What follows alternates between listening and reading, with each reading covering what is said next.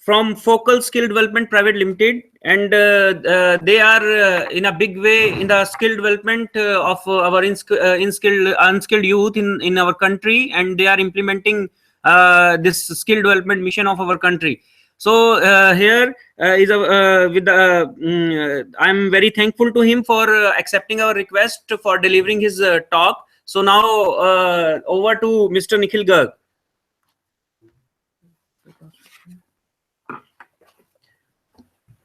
Good morning, everyone. As Sir said, myself, Nikhil Garg from Focal Skill Development Private Limited. I am very grateful to National Institute of Teacher and Training Research for granting me this opportunity to have this session about skill development of the unskilled youth in our country. So I would like to start with a very small PPT. Just give me 1 second. I'll just open it.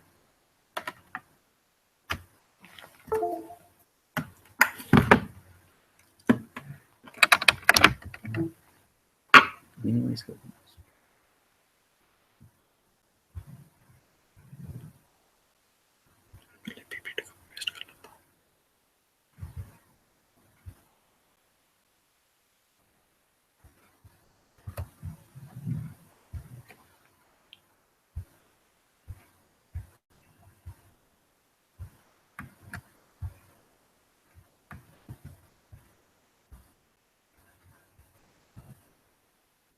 Video आपने PPT में डाली हुई है?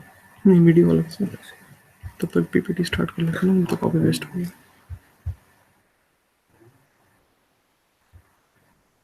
किधर से? नहीं, आप अपनी पीपीटी चला लो। बस पीपीटी तो ऐसे।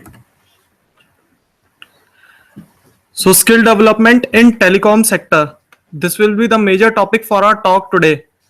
I would also like your active participation, your queries, your views on the topic we are discussing today. First of all, I would like to brief you all about Focal Skill Development Private Limited.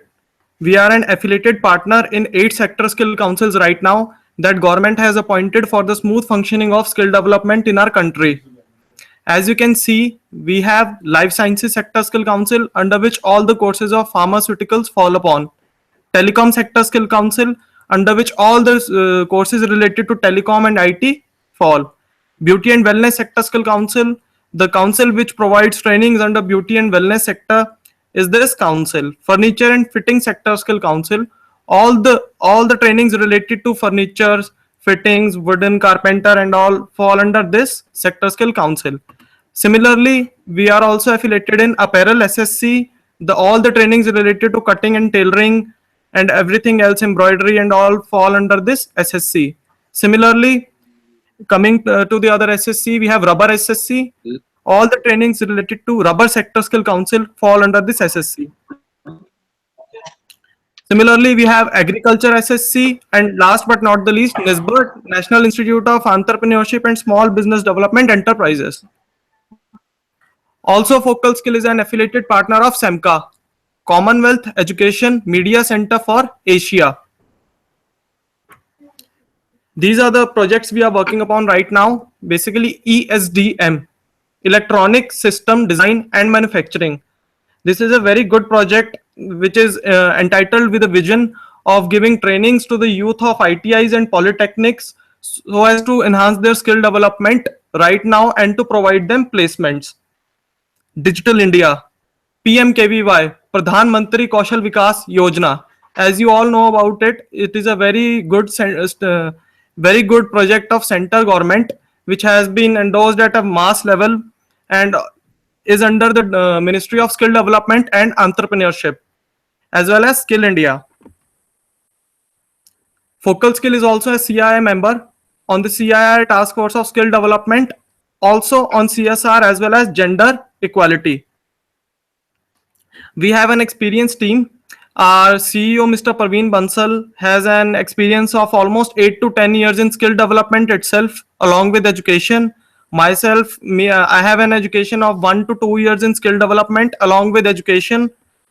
We have other people also who have this rich experience and who handle these pan-India projects at a mass level. Key job roles in telecom we are working right now. as you can see, we have handset repair technician, installation technician CCTV, installation technician computer and its peripherals, optical fiber technician. This is a very good course for engineering. Basically, the students studying in diploma colleges in the electronics branch, as they learn to splice two optical fibers, they learn to join two optical fibers from one end to other end. Tower technician, broadband technician, optical fiber splicer, and network engineer, layer 2 and layer 3 network switches that are installed in your towers. This is a basically sample certificate provided by the government of India when a student gets certified under Pradhan Mantri Kaushal Vikas Yojana. As you can see, there is a barcode at the bottommost right. This barcode contains all the information of the student related to his training and documentation. That is, if you scan this barcode, you will get the student's Aadhaar ID, your student's enrollment number in the scheme, the course he has enrolled in, and the status of his enrollment. This is another certificate in ESDM, Electronic System Design and Manufacturing. This certificate is issued in handset repair engineer course for level 2. If I would talk about the role of a training provider, so Focal Skill is actually a training provider, I would say. So we work in the advocacy, awareness of the program, mobilization of candidates, whether at community level, village level, mass level, or at government ITIs, polytechnic, as well as private ITIs and polytechnic. We provide training classroom and lab setups as well. Content development is also a key role of Focal Skill. Deploying trained and certified faculty. We have government certified trainers for the schemes we work in.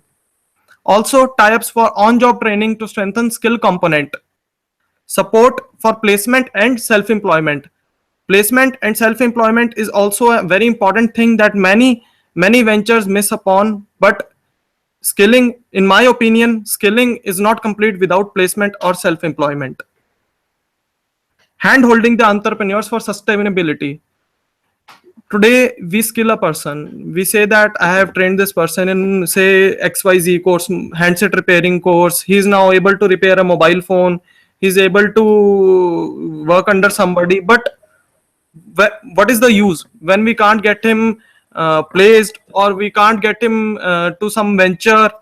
So this all skilling is of no use if the person is not earning anything out of it. This is the vision of Government of India actually for skill development.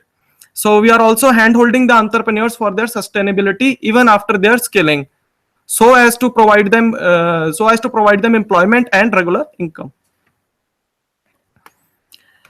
So see, every organization has some challenges. In this field of skill development, we saw some challenges in mobilization. Sometimes we see that aspirational level of student is not there. Like if I talk about one of my experiences only, I went to Jalandhar. I talked to some guy, he was sitting in a barber shop. I told him कि यार ऐसे कर courses चल रहे हैं. So we are opening a center at your place for mobile repairing. What are you doing right now? He said, यार अभी तो free है बिल्कुल. So I told him कि this is free of cost for you. आप आइए, आप सीखिए. Government is taking few steps towards you. Why don't you take one step ahead for them? So his reply was, यार free है अभी तो, free रहना, अभी कुछ नहीं करना. 2-3 साल बाद कुछ करेंगे. So this is also a major gap. जब student का aspirational level ही नहीं है, so you can't get him trained. So this requires proper career counseling session of students, conducting Rozgar Melas for them, announcements through mobile vans, distribution of pamphlets, and even required door-to-door visits also. These are the pamphlets we use under mobilization. We tell the students about the benefit of their certifications as well as the steps the government are taking for their upliftment. Small mode of announcements for the students, either through mobile vans, or in fact, you can see Dholi is also very good in some community areas, because where you need to take permission for announcements, Dholi is the key thing that plays a very good role in the small areas, because people gather around a Dholi, they take pamphlets from them, and they get to know about the schemes that the government has been running in their areas. Also, career counseling workshops. These are of two types in nature. One is at a community level. When you conduct some workshop or Rozgar Mela at a community level, at a community space, I would say a community center or a panchayat bhavan, when you talk to the local population of that area. And the other type of workshop I would talk about is at ITI or polytechnic level, where the students aspirational level needs to be matched. Cause from matlab, I am not criticizing the education system of India, but somewhere कहीं ना कहीं आज की date में बच्चे के मन में आ जाता है कि यार पढ़ी जा रहे हैं, we are not getting jobs, what is the use of this and all. तो कई बार स्टूडेंट का थोड़ा सा करियर काउंसलिंग करना पड़ता है. हर स्टूडेंट स्पेशल है. Colleges are trying very much for the upliftment of the students. Colleges बहुत ट्राई कर रहे हैं आज की डेट में. अगर उन्हें स्किल डेवलपमेंट सपोर्ट करता है तो we are always ready to give them a good hand in that.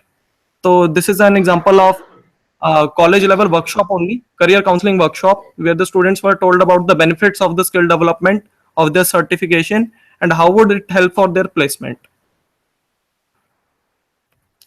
This is a workshop of optical fiber splicing. So as you can see, this is a setup for joining two optical fibers. You have an optical fiber splicing machine, a cleaver to cut and to cut a wire, OTDR. At the rightmost corner you would see OTDR. That is basically to get knowledge of if there is any fault in the optical fiber wire. So how we would know about it? We would know about it through this equipment.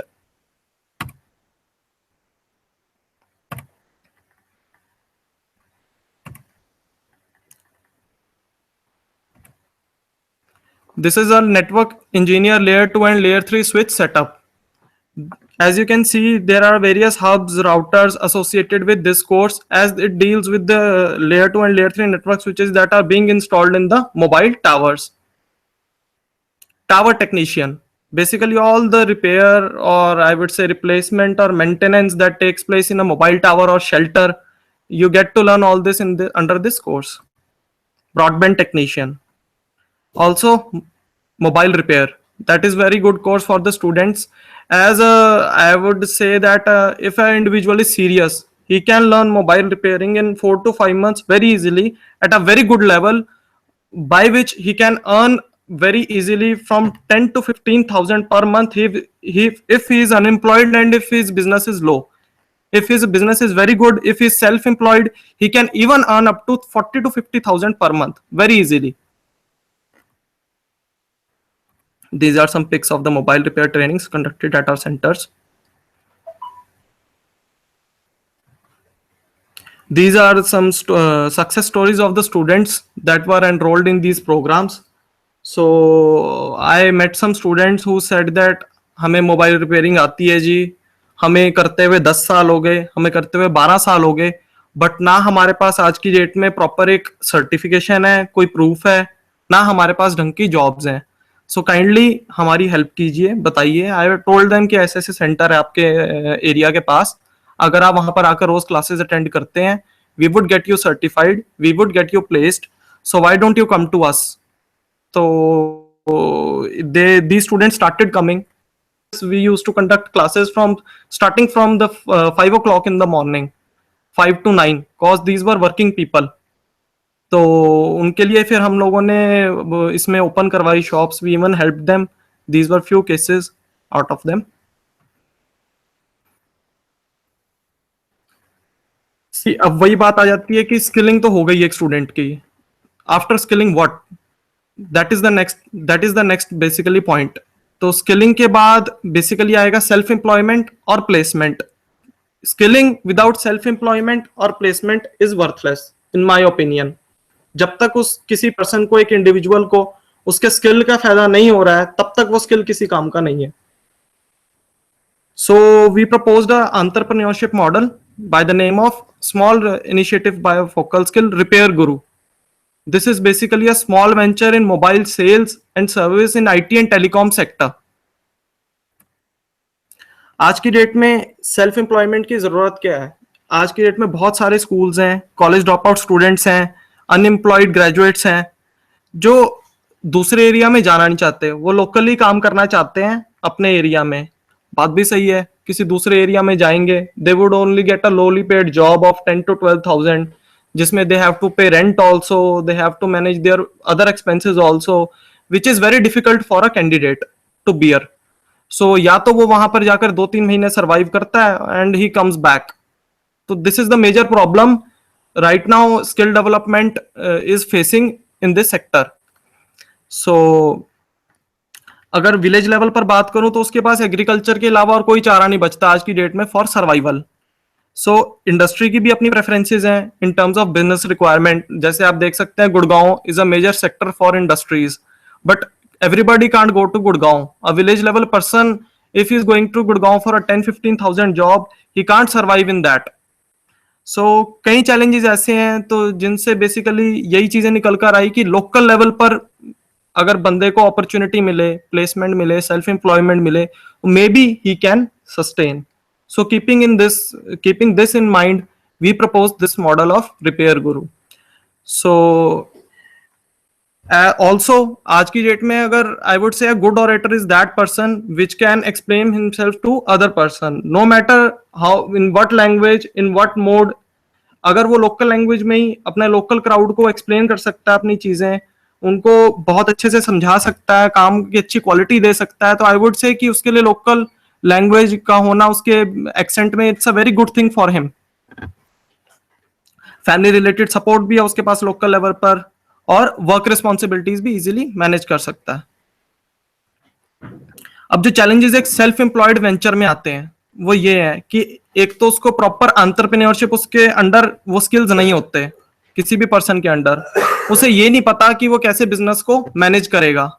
आज की date में shop कोई भी खोल लेता है, it is not a very big thing. आपकी mobile repair की अगर आपको शॉप खोलनी है, just takes around 60 to 70,000 to open a shop in at a village level और अ लोकल लेवल. पर how to sustain in that is the major challenge. तो यही कुछ प्रॉब्लम्स हैं कि no market linkages, absence of a product, huge gap between organized industry and village level business, lack of funds, absence of technology upgradation support. उसको आज की date में जो भी एक लोकल लेवल पर रिपेयर वाला है, जो भी टेक्नोलॉजी अपग्रेड हो रही है, अपडेट हो रही है डे बाय डे, उसे नहीं पता चलता क्योंकि टेक्नोलॉजी बहुत फास्ट चेंज हो रही है. In every 20 days there is some new jump in the technology. उसको सिखाने वाला कोई नहीं है, उसको बताने वाला कोई नहीं है. दिस इज द रीजन कि वो एक विलेज लेवल पर ही रह जाता है and he can't grow. So for this we proposed repair guru. It is basically, I would say, a hub and spoke model. Basically, there is a master hub in the area, जिसके 30 kilometres की radius के अंदर it can cater 100 spokes. Spokes basically ये छोटी छोटी mobile repair की shops हैं that are available in a vicinity. या फिर जो स्टूडेंट्स, आप पहले उन्हें स्किल करो, आफ्टर स्किलिंग दे आस्क कि सर हमें स्किल का फायदा क्या है. You make them open their shops, you handhold them, you support them in their vicinity only. So it is good for them also as well as for the India's economy as well, cause आपकी employment generation हो रहा है, self employed लोग आ रहे हैं, entrepreneurs आ रहे हैं, it is also good for the economy as well. तो एक master center 100 spokes को cater करता है in terms of marketing. आज की डेट में उसके जो भी एक छोटी सी रिपेयर की शॉप है उसका अपना बोर्ड होता है, हैप्पी कम्युनिकेशन और 3 मोबाइल कम्युनिकेशन. उसको उस गांव के अलावा कोई नहीं जानता या आसपास के लोगों के अलावा कोई नहीं जानता. What they lack is a brand, एक ब्रांड वैल्यू. सो बेसिकली अगर वो एक ब्रांड वैल्यू के साथ में एसोसिएटेड है, जो उनको स्पेयर पार्ट्स में हेल्प कर रहा है, जो उनको रिपेयरिंग में हेल्प कर रहा है कंटिन्यूसली. आपके पास अगर कोई मोबाइल सेट आ रहा है जो आप ठीक नहीं कर सकते हो, एक एडवांस लेवल का है, या तो आप कस्टमर को कुछ भी बहाना मार दोगे या फिर आप साफ कह दोगे कि ये मैं नहीं कर सकता, यहाँ नहीं हो सकता, आप इसको लेकर go to some second place or third place. In this model, he can give that mobile phone to the hub center and he can get a very handsome commission for the repairing of that. Also, जो fault उसको नहीं आता था, he can go to the hub center and get the knowledge about it कि उसको कैसे repair करना है, उसको कैसे ठीक करना है. रेगुलर वर्कशॉप्स होती हैं हब सेंटर की तरफ से फॉर द स्पोक्स, जहां पर स्पोक्स को इकट्ठा कर लिया जाता है and they are told about the technology upgradations in the past 20 days और 30 days. स्पेयर पार्ट्स, जो एक छोटे से मोबाइल शॉप को दिक्कत आती है वो आती है स्पेयर पार्ट्स की. वो रेगुलरली स्पेयर पार्ट्स के लिए दिल्ली जा नहीं सकता, या मुंबई बेंगलोर जा नहीं सकता जहां पर वो सस्ते मिलते हैं। वो अगर आसपास के लेवल पर कहीं से महंगे स्पेयर्स लेता है तो उसकी वाइबिलिटी नहीं है उसमें। अगर उसको स्पेयर्स, मैं कहता हूं कि अगर कई बार ऐसा भी होता है कि उसको स्पेयर्स मिलते भी नहीं एक लोकल लेवल पर, that support is also provided by hub. Marketing नहीं हो रही उसकी बिल्कुल भी, आज की डेट में उसका सिर्फ एक बोर्ड लगा है, पैम्फलेट डिस्ट्रीब्यूशन नहीं होता कभी किसी स्मॉल शॉप की तरफ से, टीवी पर एड्स नहीं होती। That support will be provided by repair Guru. These are the benefits: self-sustainability, longevity, inclusivity, scalability, entrepreneurship, and tangible and measurable outcomes within defined timelines. Role of hub and spoke in this model. एक spoke क्या है? Spoke is a service delivery. जैसे वो क्या करेगा, आज की date में जितने भी ये मोबाइल रिपेयर के छोटे छोटे शॉप्स हैं, in mostly villages you will found the address as VPO, VPO Tajpur, VPO Raipur Khurd. You won't see a proper house address और दिस थिंग्स। तो आज की डेट में ई कॉमर्स प्लेटफॉर्म्स जो हैं उन्हें भी प्रॉब्लम है आज की डेट में इन एरियाज में डिलीवरी करने के लिए। फ्लिपकार्ट, अमेजोन, और if I talk about online spare managers, उनको भी, वेंडर्स को भी वहां पर डिलीवरी करने में प्रॉब्लम आती है। So these spokes will also act as e commerce delivery points.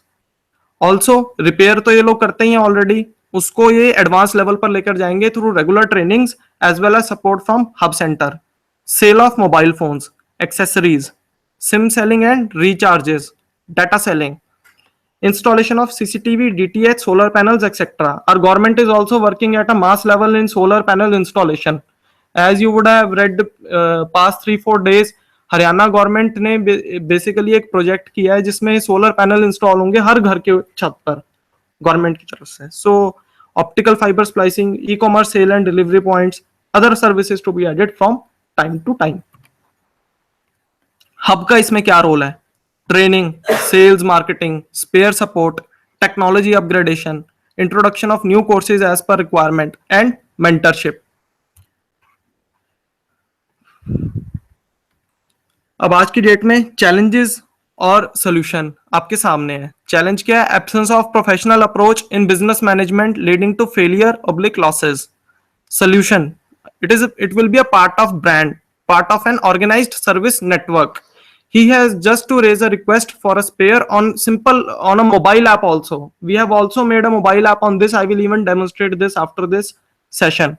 Mobile app के ऊपर he can get all the information on कि मेरे मोबाइल में ये फॉल्ट है, दैट इज मोबाइल में अगर फॉल्ट है रिंगर का, phone is not ringing, how much it will cost to him at a basic level, advance level, as well as at training level. क्या उसकी कॉस्टिंग्स हैं, क्या वो ट्रेनिंग में अर्न कर सकता है स्टूडेंट्स के ऊपर, क्या वो कितने स्टूडेंट्स को वो अपने एरिया में ट्रेन कर सकता है, कितनों को वेज एम्प्लॉयमेंट आगे प्रोवाइड कर सकता है और कितने लोग उसके पास हैं। Each and every information will be provided on the mobile application itself. आज की डेट में उसके पास फंड्स भी नहीं है। अगर मैं कहता हूं कि मेरे पास एक पर्सन आया, एक स्टूडेंट आया है जिसने स्किलिंग के लिए मेरे पास आया, उसने कहा कि सर मेरे को मोबाइल रिपेयर सिखा दो, get me trend, get me certified, पर मेरे पास एक मोबाइल रिपेयर शॉप ओपन करने के लिए पैसे नहीं है। We have bank types, we would get them Mudra loans for opening their shops. जैसे मैंने आपको बताया, it doesn't take very much to open a mobile repair shop, तो we will get them loans, we will get them support. They only need to get the aspirational level and seriousness. The same thing, lack of marketing support, unavailability of spares, technical domains का loss होना, absence of technology upgradation. Impact, skilling होगी हर candidate की, government certified होंगे सारे candidates, they would learn a basic skill, unskilled से skill होंगे। After that entrepreneurship development होगी उन कैंडिडेट्स की, they would learn how to run a business, how to get them basically started in the economy. From no income to income generation, there would be a, I would say, major rise in this. आज की date में जितना भी youth unemployed है, जिसका aspirational level भी नहीं है, जो कुछ भी नहीं करना चाहता, if he gets inspired by this, if he works at this, तो उसकी जो जीरो इनकम थी, आई वोंट से कि वो एकदम से 50,000, 70,000, 1 लाख शूट कर जाएगी, but yes he would earn up to 8,000, 10,000, 11,000. These are our repair guru centers, some hubs I'm showing on the screen. This is a hub at Derabasi right now. We recently opened this hub. It caters 116 spokes right now. It is catering 116 spokes through basically all marketing network as well as on mobile app.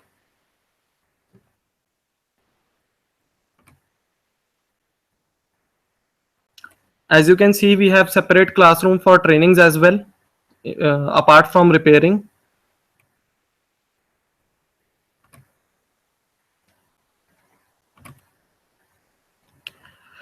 At the end of this, I would like to show you a small videos or basically also the app part. So I would like to show a small presentation on a small initiative by Repair Guru on development of e-content on mobile repair. आज की date में student कहता है कि sir अगर मैं कुछ देखना भी चाह रहा हूँ, मेरे को कोई डाउट भी आ रहा है घर पर सीखने के बाद, मैं उसको कहीं से देख नहीं पाता. मेरे को यूट्यूब वगैरह पर भी बहुत ज्यादा अच्छे वीडियोस मिल नहीं रहे हैं, बहुत रिच वीडियोस मिल नहीं रहे हैं. There is no content available with me.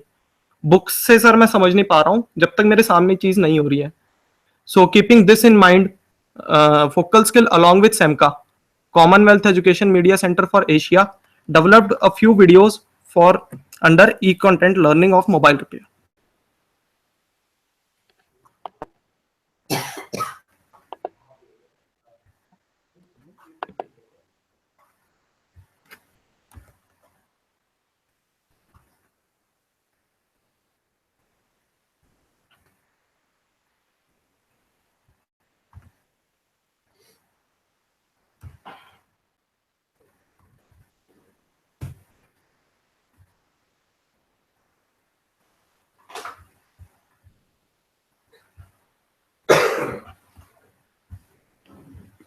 This is one of the many videos we have made under this initiative.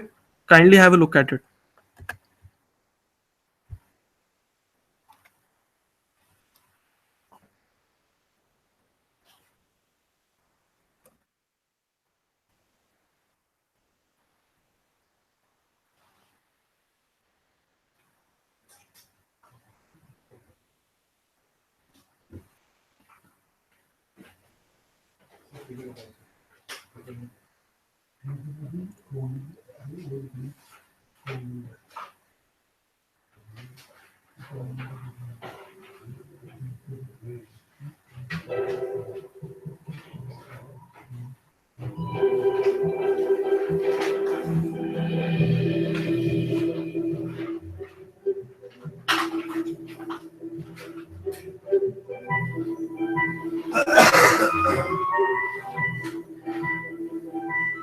नमस्कार, आज हम आपको बताते हैं कि किसी भी डेड फोन को हम कैसे चेक करते हैं. आज हमारे पास सैमसंग का एक मॉडल है.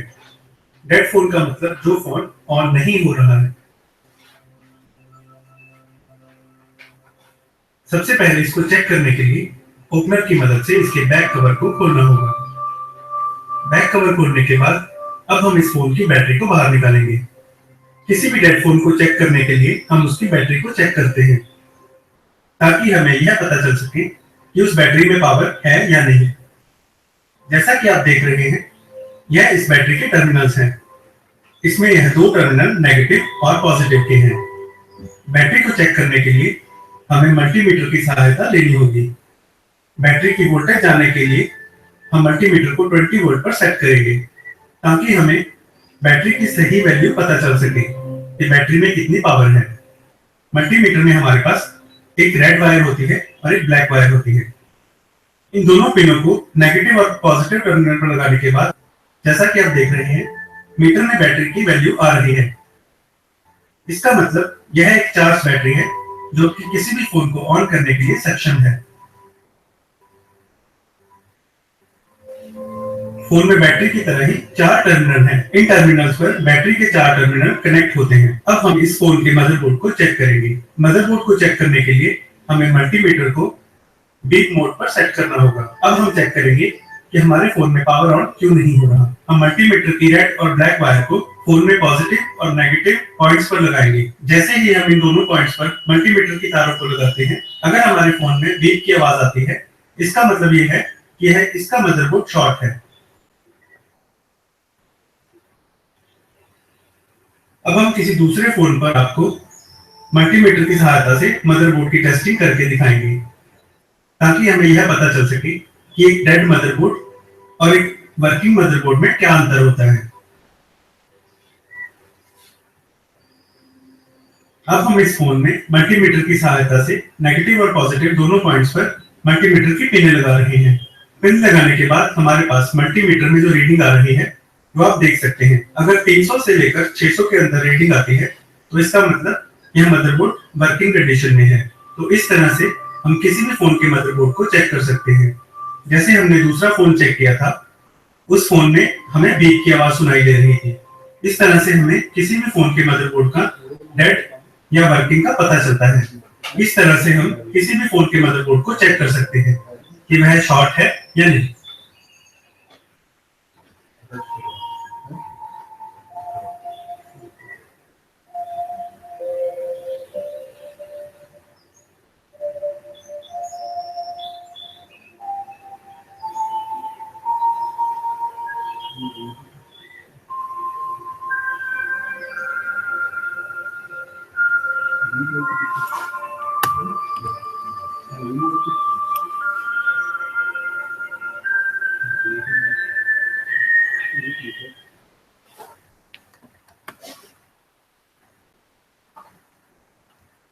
So as you saw, this was a very small video on I would say simple topic in terms of mobile repair. How you would check a dead or a working motherboard. If I talk about hardcore repairing or hardcore basically replacement at a chip level, I also have videos for that. Kindly have a look at one of those videos.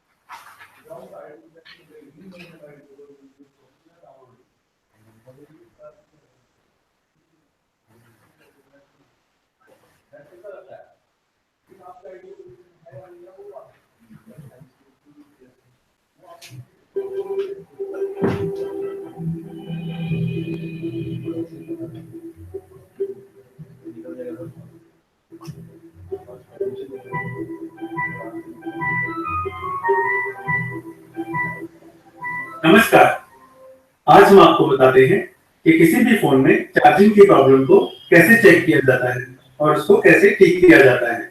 उसके लिए हमें जिन tools की आवश्यकता होगी: cross rod screwdriver, tweezer, opener, magnetic screw holder bowl, soldering wire, paste, एक motherboard holder, motherboard cleaner, उसके बाद एक सोल्डरिंग आयरन और एक हॉट एयर गन। अब हमारे पास एक माइक्रोमैक्स का मॉडल है। आइए इस फोन में चार्जर लगाकर चेक करते हैं कि यह फोन चार्ज हो रहा है या नहीं। अब हम इस फोन में चार्जर लगाएंगे और देखेंगे कि यह फोन चार्ज हो रहा है या नहीं। चार्जर लगाने के बाद इस फोन में चार्जिंग का कोई भी निशान नहीं आ रहा। अब हम इस फोन को खोल के इसके बैटरी कनेक्टर को मल्टीमीटर की सहायता से चेक करेंगे। इस फोन में आ रही वोल्टेज को चेक करने के लिए हमें इस फोन की बैटरी को निकालना होगा। फोन में चार्जर अटैच करने के बाद टर्मिनल्स के ऊपर वोल्टेज को चेक करने के लिए हमें मल्टीमीटर को 20 वोल्ट पर सेट करना होगा। मल्टीमीटर की रेड वायर को पॉजिटिव और ब्लैक वायर को नेगेटिव पॉइंट पर लगाने के बाद अगर आपको मल्टीमीटर में रीडिंग दिखती है तो इसका मतलब यह फोन चार्ज हो रहा है। लेकिन आप देख रहे हैं मल्टीमीटर में कोई भी रीडिंग दिखाई नहीं दे रही। अब हमें इस फोन को ठीक करने के लिए इसको खोलना होगा। एक एक करके सारे स्क्रू खोलने के बाद ओपनर की सहायता से हमें इस फोन के सारे लॉक्स को एक एक करके खोलना होगा। अब हम ओपनर की मदद से इस फोन के बैक पैनल को फ्रंट पैनल से अलग करेंगे।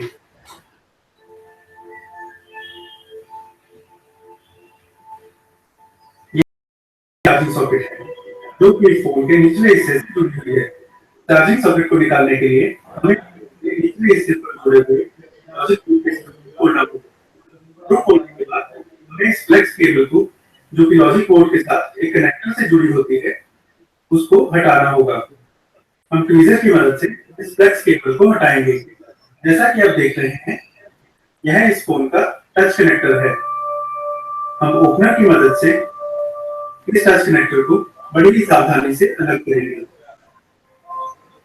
अब हम इस फोन के लॉजिक बोर्ड को फ्रंट पैनल से अलग करेंगे ताकि हम इसकी चार्जिंग पिन को देख सके। अब हम इस लॉजिक बोर्ड को एक मदरबोर्ड होल्डर में फिट करेंगे ताकि हम इसकी चार्जिंग सॉकेट को बदल सकें।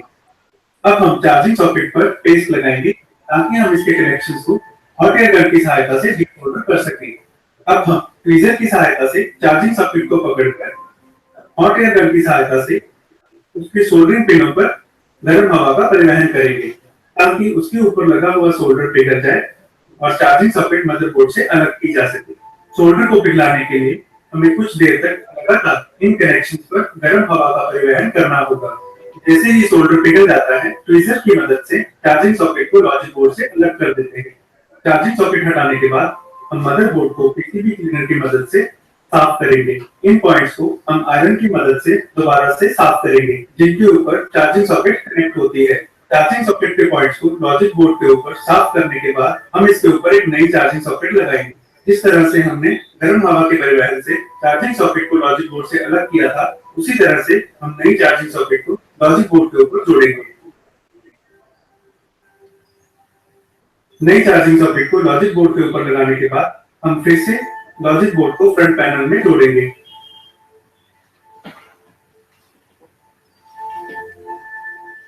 हम इसके टच के कनेक्टर को दोबारा से जोड़ेंगे।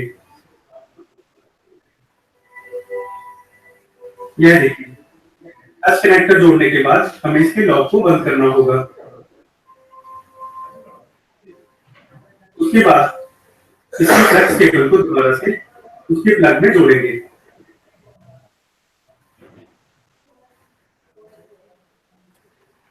इन दोनों प्लग्स को दोबारा से जोड़ने के बाद हम मदरबोर्ड के ऊपर लगा हुआ स्क्रू दोबारा से जोड़ेंगे।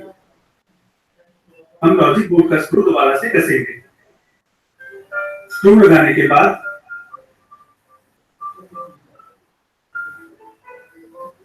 बैक पैनल को बड़े ही ध्यानपूर्वक फ्रंट पैनल के ऊपर रख के उसके सारे लॉक्स को चारों कोनों से दबाकर बंद करना होगा। अब हम मोबाइल का बैक पैनल दोबारा से मोबाइल के फ्रंट पैनल पर जोड़ेंगे। बैक पैनल लगाने के बाद इसके सारे स्क्रूज को एक एक करके हम दोबारा से कसेंगे। स्क्रू कसने के बाद फोन में बैटरी डालकर हम इस फोन की चार्जिंग को दोबारा फिट करेंगे। जैसा कि आप देख रहे हैं चार्जिंग सॉकेट बदलने के बाद हमने इस फोन में चार्जर लगाया और यह फोन चार्ज होना शुरू हो गया है। तो इस तरह से किसी भी फोन में चार्जिंग की प्रॉब्लम को सॉकेट बदलकर ठीक किया जा सकता है।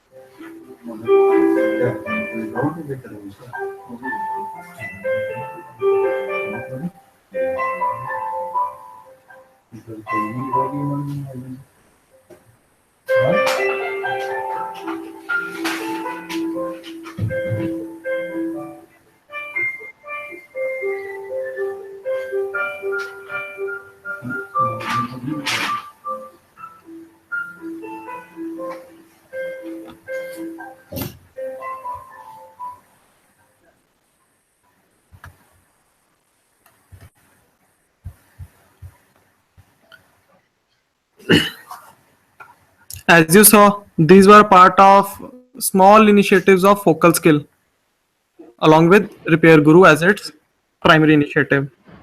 I would also like to demonstrate our mobile app. Pause.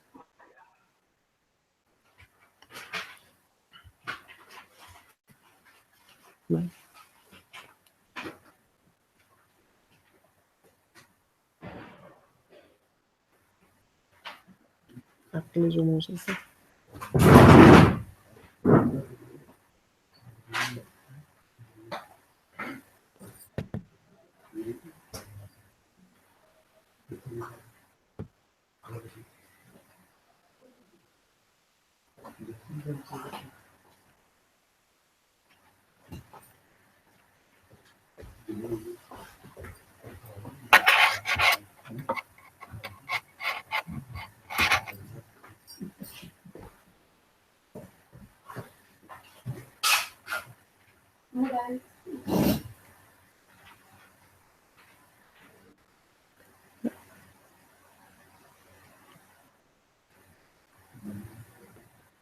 As you can see,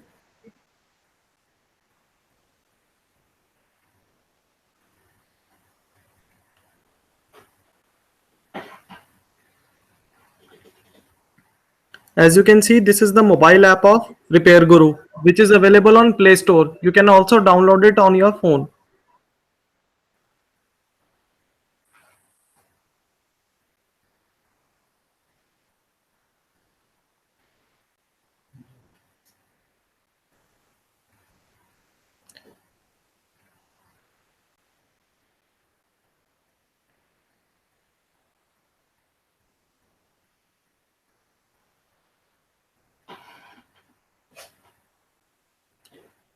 On opening the mobile app, as you can see on the main title menu, there are two options: dashboard, request. If I go under request,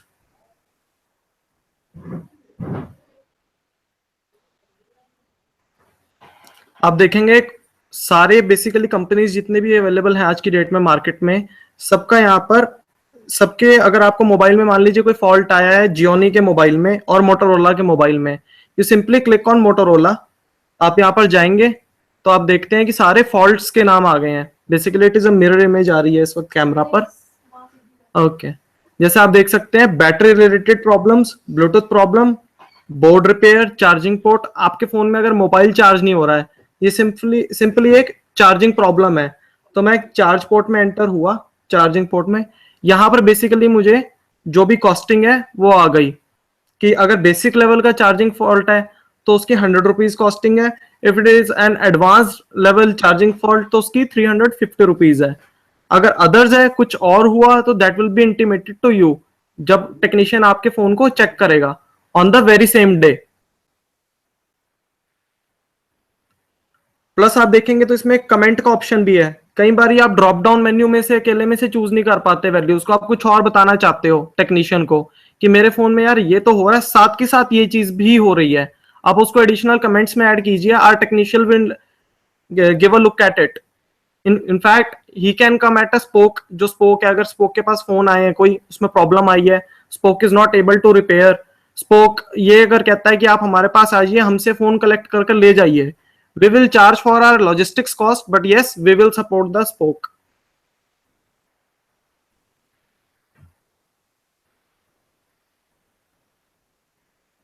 So अगर मैं इस menu से बाहर आ जाता हूं, if I go on the dashboard menu, I can see कि जो भी मेरे पेमेंट्स ड्यू हैं, जो भी मेरे पास सर्विसेज ड्यू हैं, उनका पूरा एक इसमें समरी आ जाएगी. If I click on the payment due,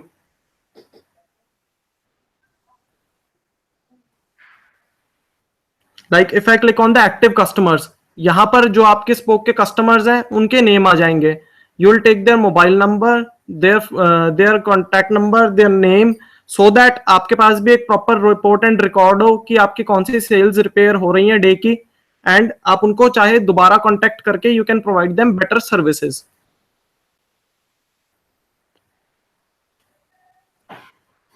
also trainee reference का भी एक ऑप्शन है इसमें. अगर आप किसी ट्रेनी को रेफर करते हैं for training under skill development, spoke will also benefited from the same. If I go in the options menu on the topmost left corner, you'll see home, my bookings, training module, trainee status, refer trainee, about us, and connect with the expert. You can also connect with the expert on live chat. अगर मैं यहाँ पर training module पे click करता हूँ, जो आपको e repair content, the e repair content which was shown to you 10 minutes ago और 5 minutes ago, you can get the same e repair content on the app itself, ताकि आप घर बैठकर उस कंटेंट को देख सकें. इफ यू थिंक कि आप उस अगर एक स्पोक अगर ये सोचता है कि मैं उस फॉल्ट को, या स्टूडेंट सोचता है मैं उस फॉल्ट को खुद भी रिपेयर करना चाहता हूँ, खुद भी देख सकता हूँ, तो यहाँ से वो उसके बारे में पहले नॉलेज ले सकता है. फिर अगर उसके पास सेटअप है, सारी चीजें हैं, तो वो घर से रिपेयर कर सकता है उस फॉल्ट को. You'll see सारे फॉल्ट्स.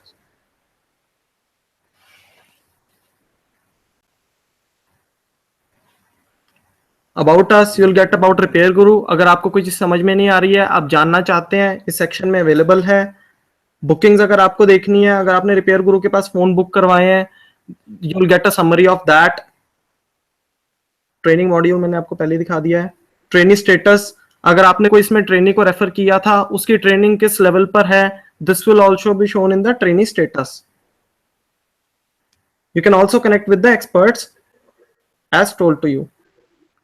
यहां पर कॉन्टैक्ट डिटेल्स आ जाएंगी एक्सपर्ट्स की, मैप आ जाएगा, आप कभी भी जा सकते हैं, बात कर सकते हैं.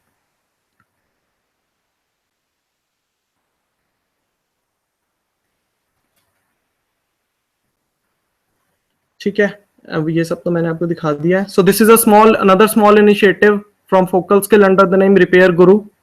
So this concludes with the app session as well.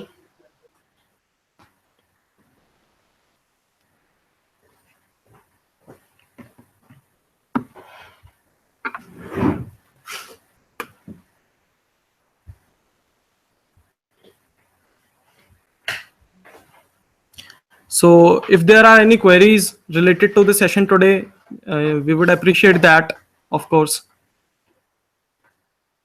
Any query from David Jalandhar? David Jalandhar, and do you have any query? Would you like to give any feedback?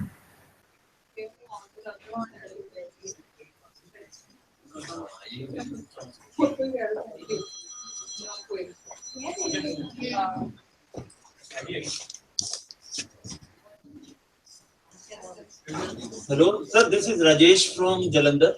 Hi Rajesh. DAVIT Jalandhar.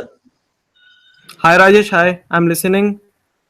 Sir, I want to ask what are the courses you provide for mobile repair? Mobile repair What are is yes, mobile repair and other kind of telecom courses you are providing. under mobile repair you are asking, right? Yes.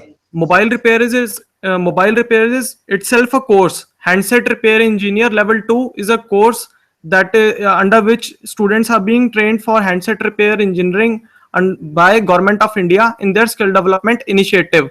The sector under which it falls is telecom. It is a one course all along. Not separate courses are available for mobile repair. Only one single course is available which covers all the basic courses of mobile repair engineering. So, what are different locations for the training center? You can do it in Punjab, Haryana. We have around, the government provides it in around all of the states of India, even in Lakshadweep as well. Lakshadweep, Daman and Dadra. There are many places under which government provides this scheme. This is a center government scheme, so it is not only state based, it is in pan India itself. What are the charges? The student has, there are as such For these courses, sorry sir. Training fee is completely sponsored by the government. The only charge for the student is very minimal for an exam fee. That depends on the type of training he is enrolled in. That maximum varies from 600 rupees to 1500 rupees. Nothing else. Thank you, sir. Thank you very much. Any other queries? TTC Jodhpur, sir, do you have any query? Hello. Hello. Hello. Yes, I'm listening. Hello. Yeah, Prashant Joshi from Jodhpur. Hi, Prashant. I want to know that these videos are available online for general public or it is a restricted access. Actually, the thing is that these videos are under production. This whole project is under production right now. Almost 50-60% of it has been prepared. Once these videos are prepared on the fully level, these will be available to general population as well. On the mobile app itself, it won't be a paid video. Okay, whatever videos you have shown right now, are they available? Yes, Means- they are available on the mobile app. Okay. Okay. Thanks. Thank you very much.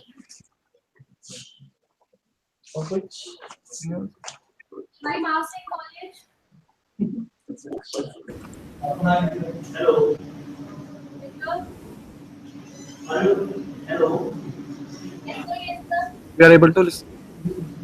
Are you listening? Yes, sir. Is there any online program of this course for mobile repairing? Actually, there is no online program by Government of India as of now. But yes, Repair Guru provides this e-repair content for mobile repair training. That was the prime concern of basically developing this content so as to provide online e-content learning to the students.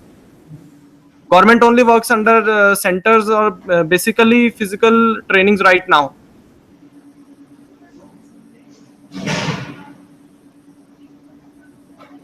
Anything else? Please from your center. I see a hand over there. Is there any query?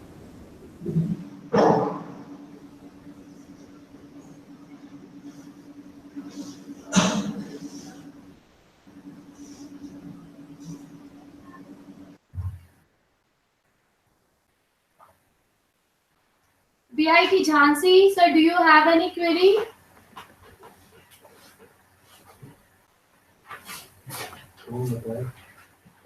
No, ma'am. Yes, sir. No, ma'am. Yes, sir. Yes, sir. Continue with your query.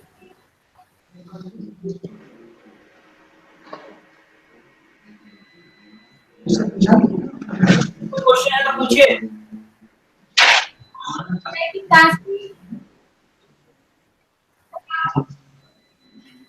Yes, sir. We are listening.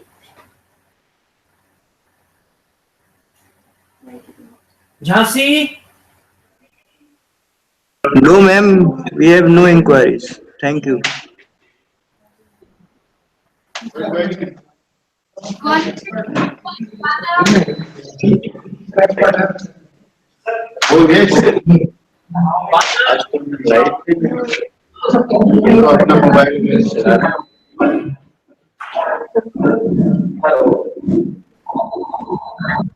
Yes, sir. Ma'am, is there any classes for the polytechnic and engineering students so that they can study these courses along with their academics so that the possibility of a job opportunity increases for them? Yes, there is a provision. If you know about open elective, that is being there in government polytechnics as well as private polytechnics. They have an open elective subject in which all these courses of optical fiber splicing, mobile repairing also fall. If you want to get your students trained under these, you can basically collide them under your courses in the open elective programs. Okay, sir, thank you. One of the students is asking the question from our college. Yeah, sure. Good morning, sir. Morning. Sir, my name is Anuj Singh, sir. Sir, I am one of the student of GEC Banda. Sir, Okay. sir, I want to ask, is there any center in around Meerut for mobile repairing? Around Meerut. Yes, sir, for this skill India development. Yes. There are. I won't say a single center, but yes, there are many centers around Meerut. If you won't find focal skill development, you will find many other people over there at least. So which will help you in these training sessions in this mobile repair, optical fiber splicing training under skill development projects of India. Thank you. You're welcome. Any other query from this center?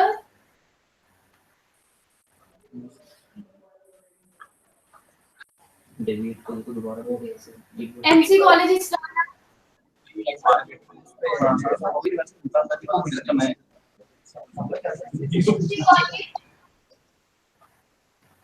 Sir, do you have any query? At Panipat? Sir, there is a query from TTC Jodhpur. हाँ जी.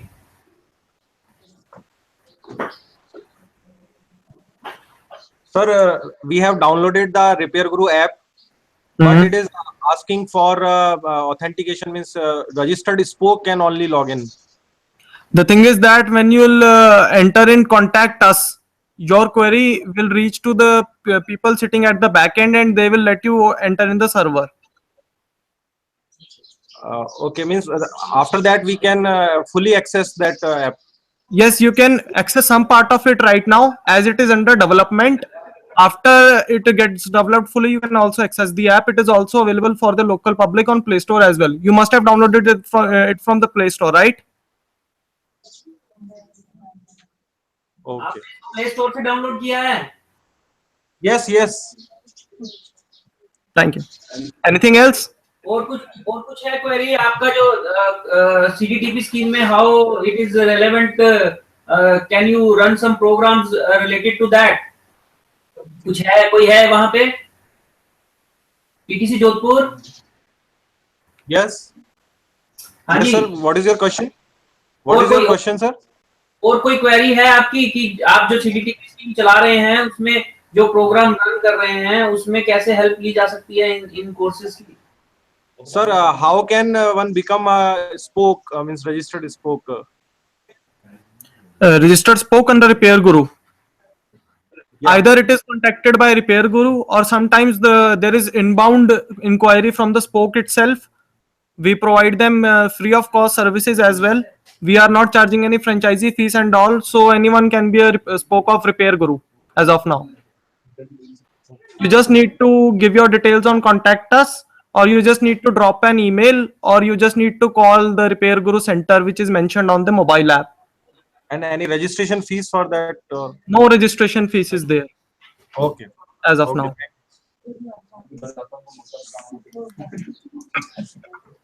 Gyan Jyoti College. Sir, do you have any query? Hello. Hello. हाँ जी sir, Gyan Jyoti college. Yeah, hi, this is Nikhil. So basically जैसे आप mobile repairing का दिखा रहे थे course, हाँ जी. अदर कोर्सेज आल्सो है ना स्किल डेवलपमेंट के अंडर? बिल्कुल बिल्कुल. तो can you give any website जहाँ पे हम चेक कर पाएंगे जितने government run skill development courses हैं, अगर कॉलेज के लिए अगर हमने आगे भी अप्लाई करना हो तो we can. Sure sure sure. आप कौन से सेक्टर के लिए सोच रहे हैं? मतलब telecom, beauty, wellness, agriculture, furniture, there are 34 sectors. Engineering से रिलेटेड ही सोच रहे हैं क्योंकि we have 5 branches: electrical, mechanical, civil, EC and CSE, electronics. हाँ जी. Okay okay. तो अगर आप टेलीकॉम से रिलेटेड, IT से रिलेटेड कोर्सेज सोच रहे हैं, then you should go under DIT, basically Department of Electronics and Telecommunication, under ESDM scheme. You just need to write ESDM on Google, and the first link or the second link you'll get will be of DIT. So you'll get a full knowledge about the courses that are being run under this project, how much duration of they are, and what will be the certification processes for them. Each and everything is available on the government portal. You can also get the syllabus. You need to teach the students for that also. Right. Thank you, sir. Thank you very much.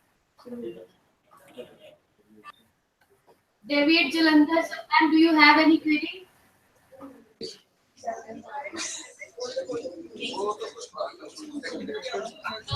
बोलो madam, अगर पूछना है तो this is the right time to ask. बाद में अगर कुछ से पूछेंगे, अभी एक्सपर्ट इज देयर, अगर कोई क्वेरी है तो पूछिए. No query, thank you, sir. Okay. ठीक है सर. ठीक है sir. So, Okay, all the centers, I think you got some information regarding the focal skill development and how they are running the programs under the skill development mission of India. So now we'll break for tea, and before breaking for tea, I would like to thank Mr. Nikhil for delivering his talk, and definitely he gave us some really good information regarding how we can run this program and how the youth can be benefited from the program. So thank you so much, Nikhil, and I hope we'll definitely have the links in future also. So now all the centers will break for tea. Now we'll meet at 11:30 sharp 11:30 we will meet. तो सभी centres के लोगों को अनुरोध है कि please 11 बजे तक आ जाएं अपने अपने सेंटर्स में. Thank you so much. Thank you, everyone. Form sign करो.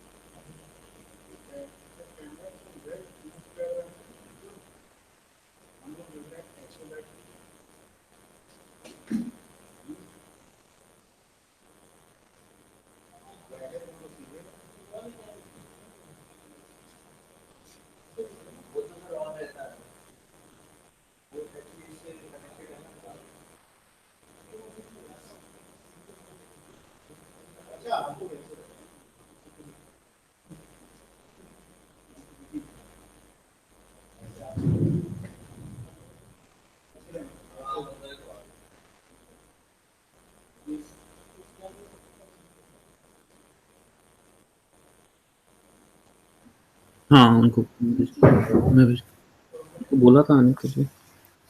कौन सरदार जी?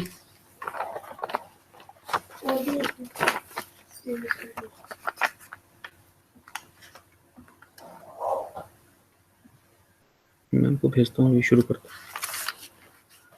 So welcome back after this short tea break. So now again we are having Dr. J.S. Saini with us. He will deliver his talk on common norms for the skill development training programs. So all the centers are there. Participants को सबको बुला लीजिए. We are going to start. So over to Dr. J.S. Saini.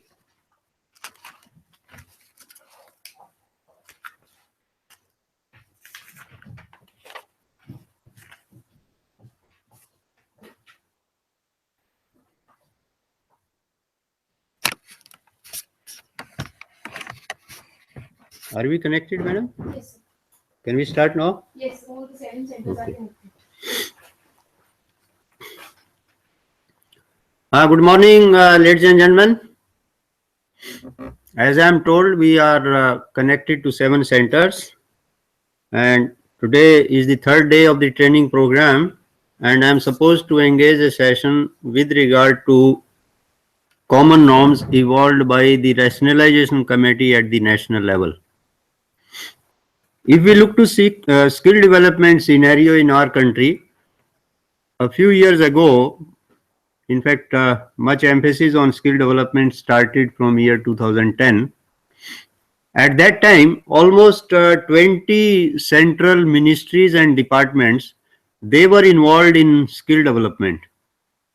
Important ministries which were contributing to skill development during 2010 included Ministry of Human Resource Development, Ministry of Rural Development, then Department of Electronics and Information Technology, Government of India. We had even Ministry of Urban Development contributing a lot to promoting skill development and self-employment, etc.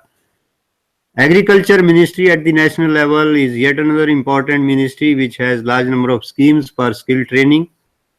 Then the other important ministry which included were Ministry of Youth Affairs, Ministry of Tribal Development, then Ministry of Social Justice and Empowerment at the national level, which happens to be a dedicated ministry for the cause of persons with disability. They were also doing a lot of work in the skill development.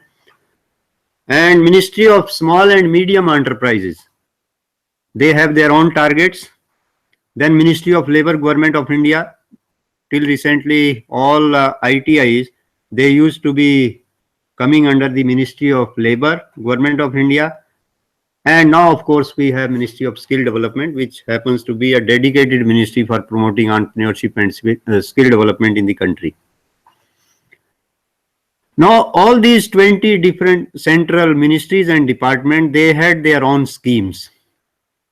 And the training programs, they were differing in duration. So training program differed in terms of duration, in terms of incentive to be paid to the trainees, then in terms of mode of offering the training. So there were many variations. Some ministries were giving stipend to the trainees, others were not. There were some ministries which were even charging money for imparting skill training. There were others which were not only paying incentive, even compensating the trainees for taking care of their day-to-day, coming and going to the training center. So all different ministries had different schemes and different norms for offering the skill development program. If I talk about Ministry of HRD, Government of India, so Ministry of HRD, Government of India was offering at that time 4 different type of trainings. The first one included the scheme of community development through polytechnics. This scheme is being implemented with the help of almost 600 institutions across the country, and some 3 to 4 lakh people, they have the benefit of undergoing skill training through non-formal mode. The Ministry of HRD also has yet another scheme known as Integrating Persons with Disability in Technical and Vocational Education. Under this scheme, 50 polytechnics across the country, they have been identified. And under this scheme, these 50 polytechnic offer 3-year diploma program to person with disability. And in addition to that, each of the 50 polytechnic is supposed to impart skill training, which could be of 3 to 6 months in duration.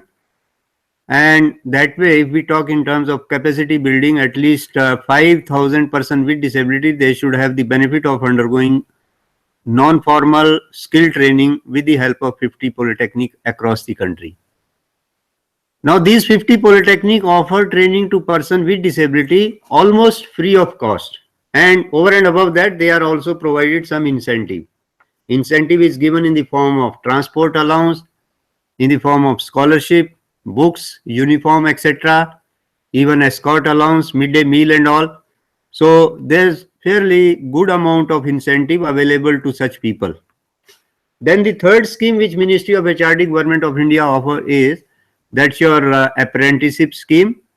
And being in technical institution, we should be fully aware of the diploma holder and degree holder. They are the one who can benefit from central government's apprenticeship scheme. And there's altogether a different provision of providing incentive. Part of the money is given by the central government, part of the money is to be contributed by the firm which engages such trainees. Then there's yet another scheme, Jan Shikshan Sansthan. So under Jan Shikshan Sansthan, again, Ministry of HRD, Government of India has been spending a lot of money, and there are training facilities available in major cities across the country. So that's another scheme, but then provision of imparting training, duration, incentive, etc., altogether different. Now, this is the kind of scenario which we were having in the country during 2010, 11 and all. And it continued even during 2012 and 13.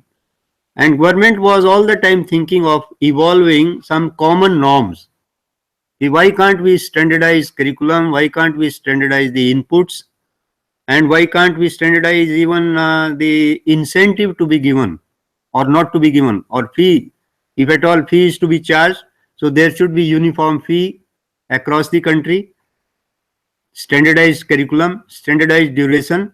So for that matter, Government of India way back in early 2014, so they constituted a committee for evolving common norms for all kind of skill development program to be offered in the country. And as we discussed on the first day, by 2014, we already had a national skill qualification framework in place in the country. So simultaneously, government worked on evolving the common norms. So this process was initiated during early 2014 by the previous central government, and it continued after the new government in the center took place in May 2014. And finally, in by August 2014, rather August 2015, the common norms were finalized. So in this session, we are going to discuss what are these common norms, what are the provision with regard to imparting training, providing incentive, compensating the training providers, what are the hassles associated with it, and when we implement any skill development program, how is it going to work? How is it you can claim reimbursement from the concerned ministry? So all this we are going to discuss in this session. So first of all, we talk about the title. The title of this particular common norm is Common Norms based on recommendation of the Rationalization Committee constituted by Government of India. And the findings, suggestions and recommendation of this committee, they were gazette notified on 8th of August 2015. And before that, it was on 15 July 2015, Government of India had announced even new policy on skill development and entrepreneurship. So subsequent to that policy, then common norms also got finalized. And now we are in the process of placing these common norms in place, making them operationalized. That's what is being done now. And be it any training organization, they are supposed to follow the common norm. All reimbursement of stipend to the trainees, or if at all any evaluation fee is to be charged, so that fee also is going to be charged as per common norms. Training organizations are going to be compensated, but then it's all outcome based. So depending upon what exactly is the outcome of the training program, so the reimbursement to the training organization, that's how it is going to be determined. So year of commencement of these common norm is reference year is 2015, and after 2015 we are supposed to follow the common norms. Rationale to some extent I have already discussed with you. The basic idea of evolving common norm was to bring all skill development scheme under one umbrella, having common norms and common standards. So that's how skill development program can be standardized, and once they are standardized in terms of curriculum, in terms of mode of delivery, duration, etc., then naturally the standardized program, they would have better acceptance all over the country, and there would be even better acceptance outside the country. So the idea was to bring everything pertaining to skill development, bring it under one common umbrella and standardize it, so that nobody has any grudge, and all training providers, they get covered under the same norms. Now when this rationalization committee was used to meet during 2014 and early 2015, in fact the very first meeting I suppose was held on 22nd of January 2014, then there was a meeting on 29th January, there was a meeting in January 2014, then August 2014, number of meetings took place, and finally common norms were finalized. So this committee, first of all, they tried to define what exactly we mean by skill development. And when they deliberated upon it, thereafter they came out with this thing. Skill can be imparted at 3 different levels to 3 different group of people. Number one, there could be skill training program for those people who are about to enter the job market. Now, when we say fresh entrants to job market, now they could be school dropout, they could be people who have maybe completed 10th class or 12th class, or even they may be BA, BSc, BCom and all. And they are the kind of people who are just waiting to get into some sort of employment or maybe even self-employment. So these people, because they have had academic qualification, they have earned academic qualification, but they may not be job ready, they may not be capable of starting their own enterprise, and for that matter, they need to undergo some sort of training before they really get to a workplace. So for providing orientation training to such like people, so the committee recommended that there should be a capsule of 200 hours of training. 200 hours are considered to be good enough to prepare a person for a particular job. So in terms of duration, those who are going to be first time entrant to the job market, they'll have the benefit of undergoing training for 200 hours. And it could be offered in somewhat flexible manner also. Could be 4 hours per day or 6 hours per day. So whatever way the training organization feel like imparting training, but 200 hours have to be necessarily completed. Then there are people who are already in employment, and because of the upgradation of technology in industry, so our policy formulator, thinkers, and those who are in the skill development space, so they feel our existing manpower that need to be trained and retrained. Maybe after every 3 to 5 years, the existing manpower, particularly at the lower level, so they need to be retrained, keeping in view the technological upgradation taking place in the economy. And for such people, the rationalization committee has recommended a reskilling or upskilling program of 80 hours in duration. Then there are other people who are maybe they are already trained, but they may not have gone to any college or ITI or any vocational school. So for that matter, Government of India has inbuilt this provision of recognition of prior learning. Recognition of prior learning is to be done under National Skill Qualification Framework, and in assessing prior learning of the candidate, there could be large number of organizations involved in it. Sector skill councils will have important role to play here. National Institute of Open Schooling can also be of help in recognition of prior learning. So this work has to be carried out by relevant organization, and if there are some people who never had any formal training or education and they already possess skill, so with a view to recognize their skill, so a provision has been made, and it's basically like these people, they already possess skill, maybe they can undergo some sort of bridge course, and thereafter assessment of their skill need to be done by the concerned sector skill council or NIEOS or other relevant agencies, and they can be then given certification in relevant trades. So these are the 3 type of training which were considered as skill training program. Scope of the activities under the common norm is basically skill training. It all pertains to developing skill amongst our youth and the existing manpower. Now, as regards target group, now when we compare the common norms with the earlier skill program, earlier skill program were largely target oriented, like Department of Science and Technology, Government of India.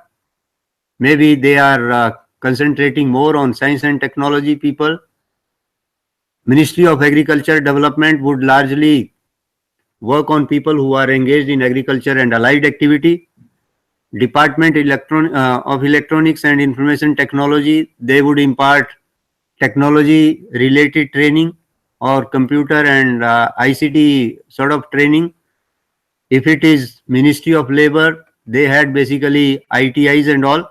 So when we look to the earlier system of imparting training, so different ministries, they had different target groups. But here now we have only 3 target groups: new entrant, then recognition of prior learning, and the other one which I told you, the people seeking training and retraining. So to that extent, there are 3 different target groups, but we are not really having any different type of target group like pertaining to IT or textile or urban development or Ministry of Labor or Ministry of HRD. So different ministries, they are involved in skill development, but then target groups have not been defined under the common norms.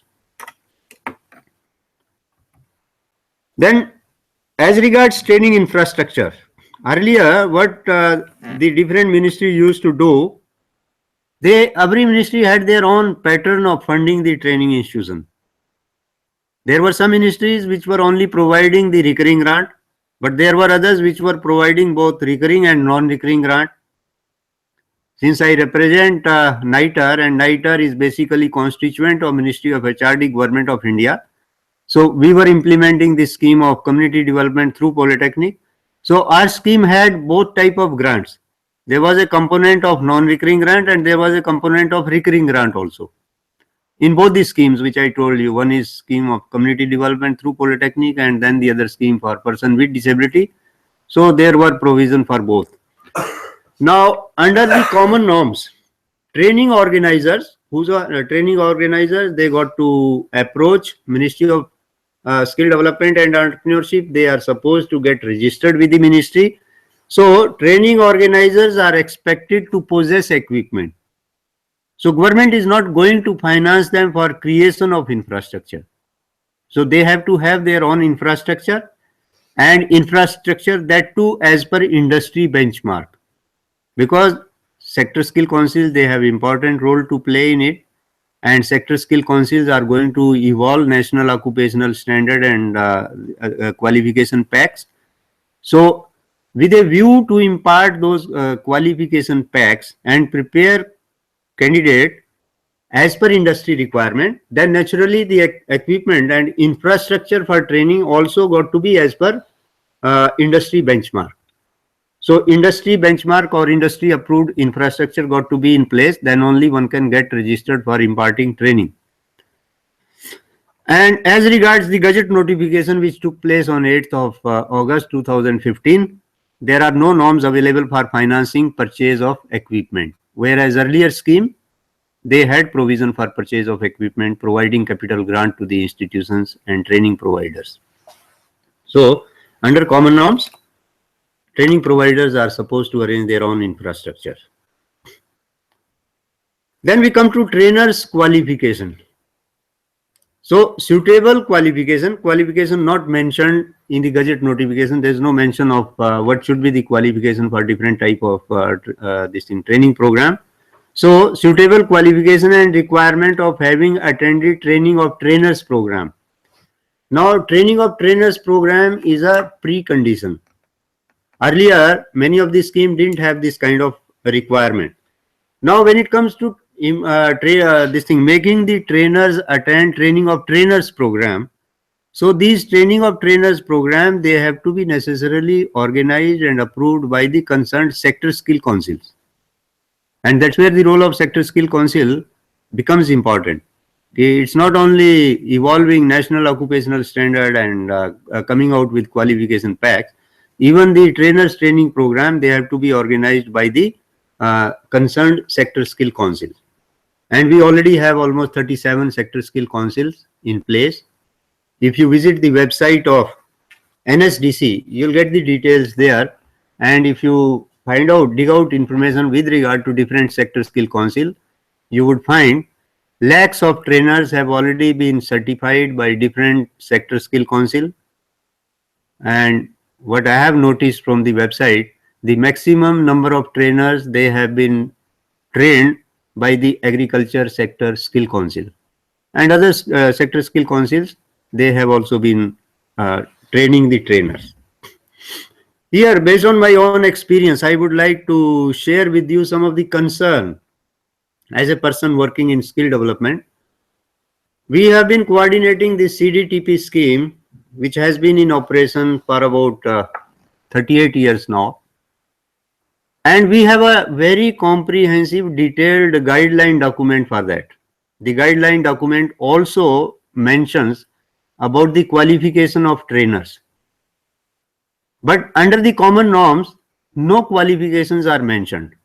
As and when I get an opportunity to share my concern with the policy formulator, I always emphasize on this thing. Let there be a comprehensive guideline document which provides all relevant details with regard to imparting training. Now, if we talk of any government system, and if we leave the system open, if we only say training of trainers program has been attended, but training of trainers program person may attend, but with what sort of background?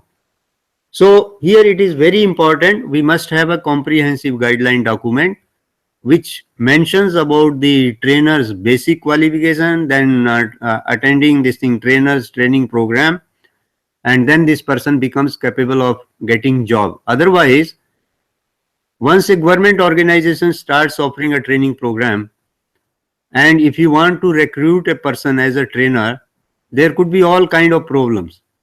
There could be problems from the viewpoint of potential trainers. They may seek clarification about the qualification. They may seek clarification about experience. They may even seek information with regard to what should be the duration of trainers training program and who are the accredited trainers institution which will impart accredited training. So we have experienced all these problems in CDTP scheme, and there are endless queries with regard to qualification of trainers. At times what we find is that there is a particular trade for which the qualified trainers are just not available. Maybe a particular course is being offered for the first time. So in such like training program, we definitely need certain amount of flexibility. So as we advance in implementing these common norms, there would definitely be problems faced with regard to engagement of trainer, with regard to their remuneration, particularly in government organization. Once you appoint trainer, now it can't be like any private organization, you offer whatever you can afford. So there have to be even norms for compensating the trainers. There have to be some norms with regard to their maybe some statutory benefits, whether they are to be given or they are not to be given. Once we start implementing it, all these problems are going to be faced by the training providing organizations. So the Gazette notification only talks about the training of trainer program. That's the only precondition. Then as regards training program, all training program to be offered, they have to be industry relevant and NSQF compliant. NSQF compliant, the other day on the first day of the training program, we have already discussed about variety of program, number of program available under NSQF at 10 different level, wherein level 1 is the lowest and level 10 being the highest, which is even equated with the PhD in a particular given branch of skill. So whatever courses are to be offered by different training organizations, they have to be industry relevant. In a way, they must enjoy the blessings of the concerned industry, and they should also be mapped against this NSQF standard.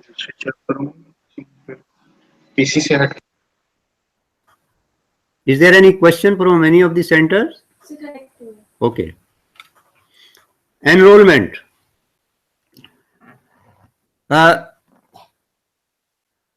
Under the common norms, whosoever wants to undergo any training program, so that enrollment has to be Aadhaar card linked. The person who is intending to undergo training must have an Aadhaar card, and the data of that particular person is going to be uploaded. It's going to be linked with Aadhaar. And this Aadhaar linked enrollment is being done basically with a view to avoid duplicity. And in earlier system, what used to happen, there were some people who were attending training program more than once because there were some incentives given to the trainees. So a person may attend, say, one program under Ministry of Labor, another program under Ministry of HRD. Program may be the same or somewhat different, and maybe yet another program under Ministry of Social Justice. But once it is linked with Aadhaar. So this benefit of training being cornered by the same person time and again, that can be avoided. So whatever stipend or whatever incentive the person has to get, so person will get it once only.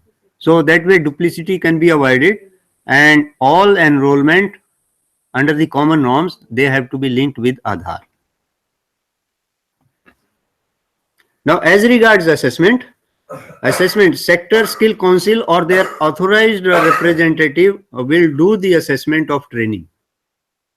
Assessment work, because it's going to be outcome based, and we don't want this thing, the NSQF compliant courses become irrelevant, because NSQF courses, they have been designed keeping in view the requirement of industry, and after consulting professional bodies, after consulting industry. When I say industry doesn't mean only large scale industry.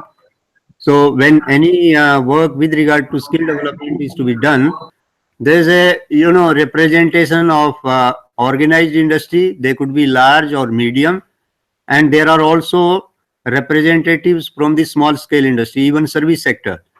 So representative of all these things, different type of industry, they sit together and then they decide about what all need to go in this thing in a particular qualification packs, and that's how it is decided. So sector skill council and their authorized representative, they are the one who are going to do the assessment of learning. So training provider, they are only going to impart the training, and knowledge and training they are going to impart, and assessment is to be done by the concerned sector skill council or their authorized representative. There would also be, till recently we never used to have this kind of evidences, but now on there could be even provision for video recording of the assessment process. And later on, if somebody wants to get more information or somebody wants to find out why is it I have been declared competent or incompetent, or where is it I was lacking. So once you have the video recording of the assessment process, then all this history can be traced, and how evaluation was carried out, who carried out the evaluation. So this all can be done, and a video recording to that extent, it's going to facilitate, or it could be a sort of control mechanism as such. Now, measurement of the outcome. Once a person has undergone the training program, how is it the outcome of a training program is going to be measured? Much emphasis has been laid on that. Common norms say at least 70% beneficiaries, they must get wage employment or self-employment. So whatever be the number of persons admitted to a particular program, so on completion of program, so at least 70% of them, they must get meaningful wage employment, or they should become self-employed. Now, I personally feel this target of 70%, and particularly on sustainable basis, this is something which is really a great challenge ahead. And particularly now, when not many job opportunities are being created in the economy, so ensuring employment to 70% of the pass outs is going to be very, very challenging. So training providers, they got to be very, very careful, and they got to have very strong linkages with the service sector, with the manufacturing sector, and whatever sector they are working in. And if they initiate a training program, complete that training program, and if a vast majority of the people, if they don't get either employed or self-employed, then it's going to be almost impossible for them to get the second program sponsored. So, in absence of employment and self-employment, even the infrastructure created by the training providers, that may go waste. So hence, a lot of emphasis need to be laid on placement and a lot of expectation from the training provider. That means, in a way, government is emphasizing on demand-based program as per industry's need, relevant program, and it's not the training just for the sake of providing training. It has to be ultimately training which ultimately helps people getting employment or self-employment. Then under the earlier scheme, what used to happen Is somebody attending a training program and then thereafter becoming self-employed or maybe on part-time basis or getting a job of a very meager earning. So training providers, they used to consider that person as employed or self-employed. But here there's a rider. As per common norms, the earning of the person, in other words, the person who passes out training and if we want to include them under 70%, they must earn at least equal to the minimum wage prescribed in that particular district or state. Now, minimum wages, they keep on changing. Minimum wages vary from state to state, maybe from city to city. But district collectorate, they will have a DC rate prescribed for different positions. And depending upon that rate, so people who complete training, they must get minimum wages as per district DC rate, and accordingly they are going to be considered as employed or not employed. Anybody getting wages less than the minimum wages, they are going to be excluded outside this preview of 70%. So how is it we are going to ensure? That itself is a huge challenge. Similarly, there are some provision with regard to self-employment also. In case of self-employment, a reliable evidence of being self-employed is required. Now, what could be the reliable evidence for that? If somebody becomes self-employed, maybe you start some trading activity or some servicing, you got to take some sale tax number or some registration somewhere. So this registration or sale tax number or any other similar evidence, that would be considered as a valid evidence of one having become self-employed. So in case of self-employed, reliable evidence of being self-employed is required, that need to be uploaded on the portal of the ministry, which is going to be in place. In fact, I suppose Ministry of Skill Development and Entrepreneurship, they have already started that portal. So whosoever imparts training, they got to visit that portal and they got to link all this data with Aadhaar, and Aadhaar linked data need to be uploaded on the ministry's portal. Then in case of, as I told you, there are three different target group. First time entrant. So first time entrant, they are expected to earn at least the minimum wage. Then those who are in employment already, or that was the second category, is reskilling and reskilling of the people time and again. In case of reskilling, minimum 3% raise in wages within 14 months of completion of the targets is required. As and when the training program gets completed, the person who was already working somewhere, but this person has now had the benefit of attending a training program, 80 hours of training program. So after undergoing 80 hours of training program, now the person is expected to earn 3% more. In other words, you can say he or she should get at least 3% rise in his or her wages. Now, I don't know whether the employer is going to increase the wages immediately, and the total time period allowed for that is 14 months. 14 months from the date of completion of the training program, so person should get at least 3% raise. Maybe this 3% raise one may get because of the annual increment. 14 months at least there would be one increment earned by the individual. But small unit, particularly the servicing unit, small unit, they may or may not be giving average raise. So, but it's again going to be a challenge, and it has to be proved. It has the data with regard to salaries earned, earlier salary and then salary after undergoing the training program, this capsule of 80 hours. So this data need to be uploaded, and if one has earned minimum 3% increase in wages and salaries, then this person would be included in those 70%. Now we come to the funding norms. Unlike earlier scheme, so funding norms this time are altogether different.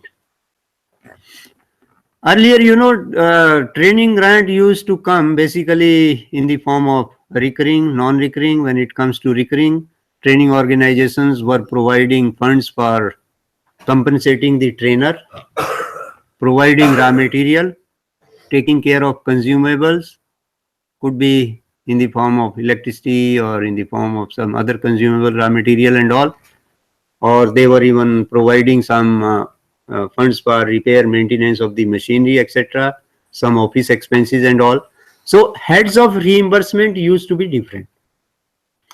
But now what ministry, what this common norm committee has suggested, they have categorized all kind of training program in 3 categories. There are some program which are listed in category 1, trade. They are basically the trade. When we talk about training, it's trade related specific training.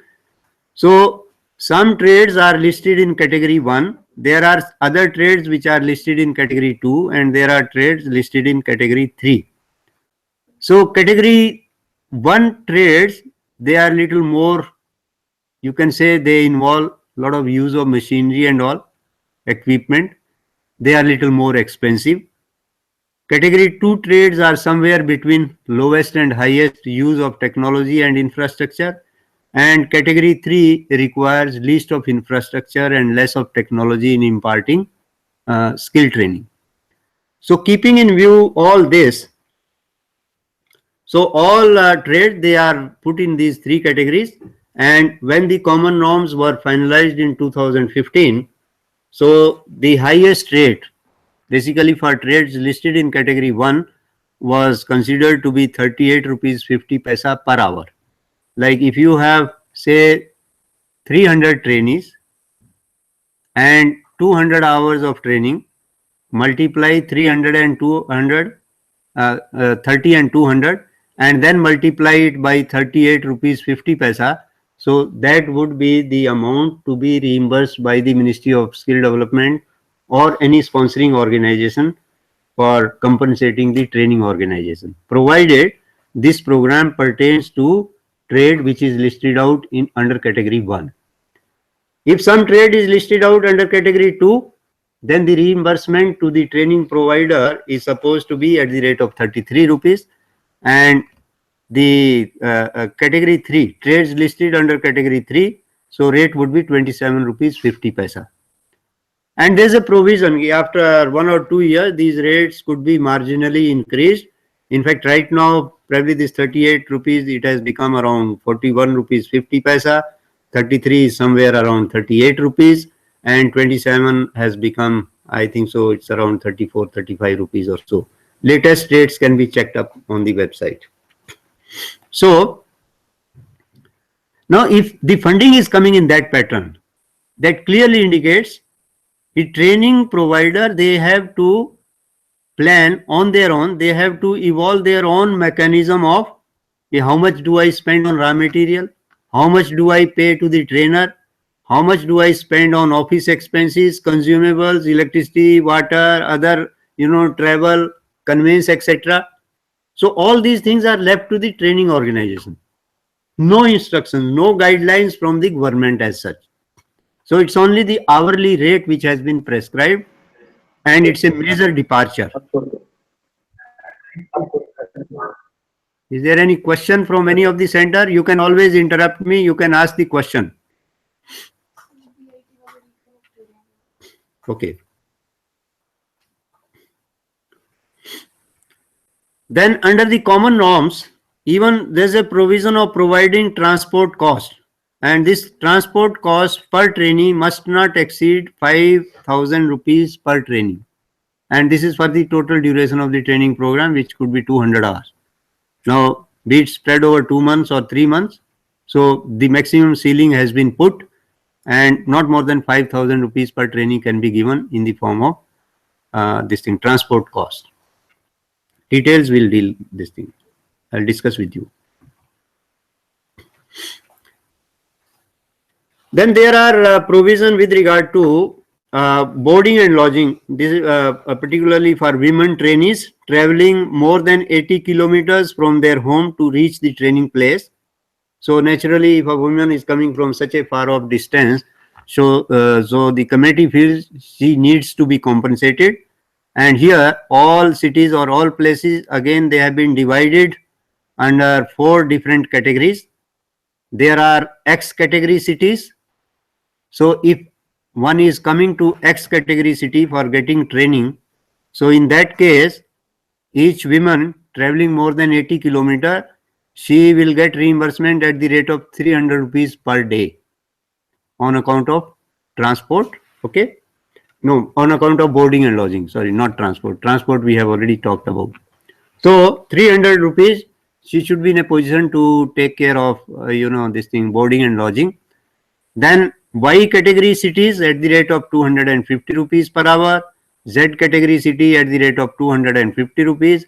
And in case of rural areas, if the training center happens to be in rural area, so reimbursement on account of boarding and lodging would be at the rate of 175 rupees per day.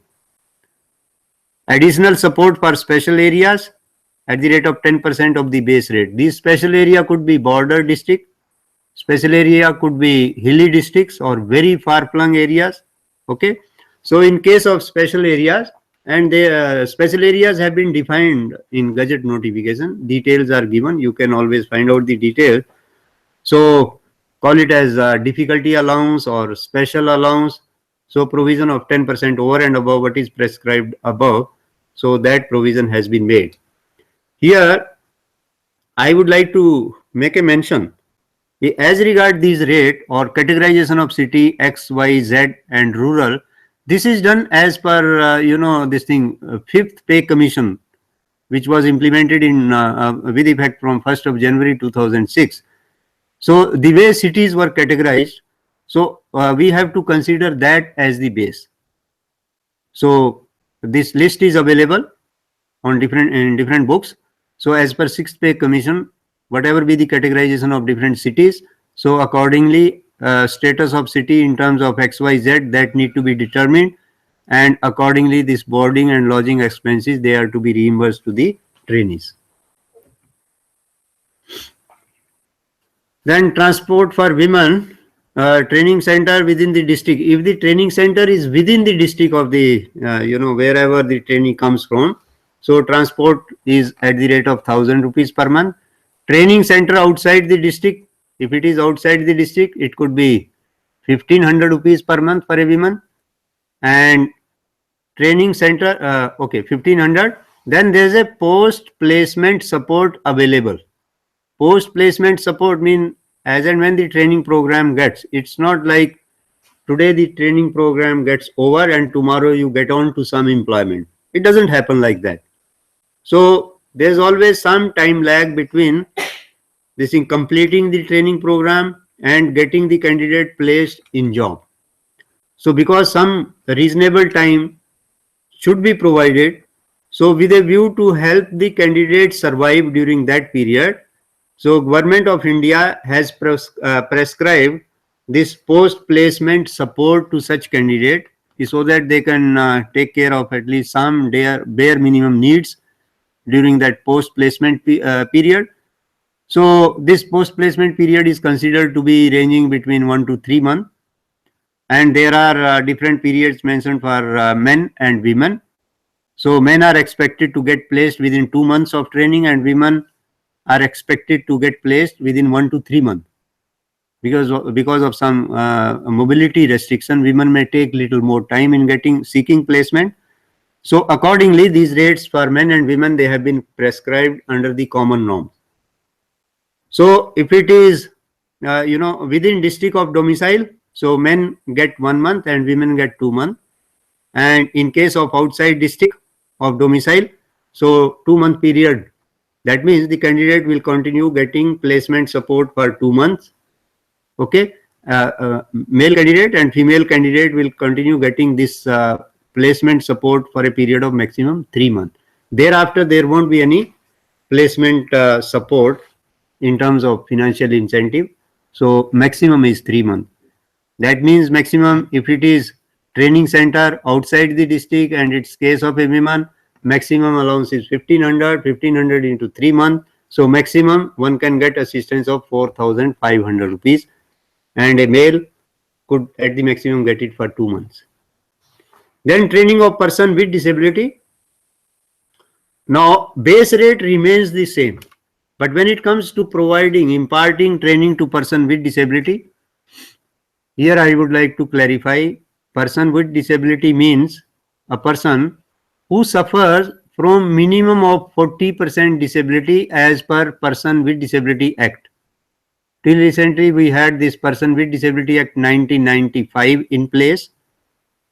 Now this act has been amended, and December 2016, even the name of the act has been changed. It's now Right of Person with Disability Act 2016.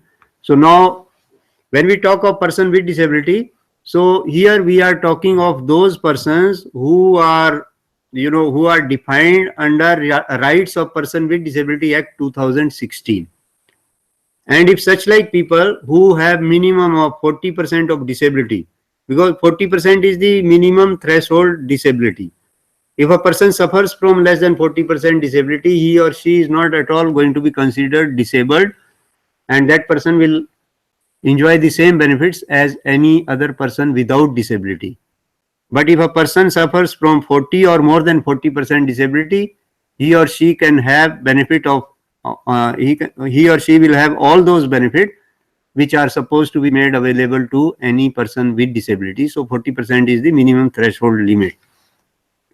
So here, whatever be the norms which we have already discussed, over and above that, 20% additional benefit is to be provided to the training organization. Or if the person is person with disability, whatever benefit we are talking about, so over and above that, another 20% benefit is to be given to any person with disability.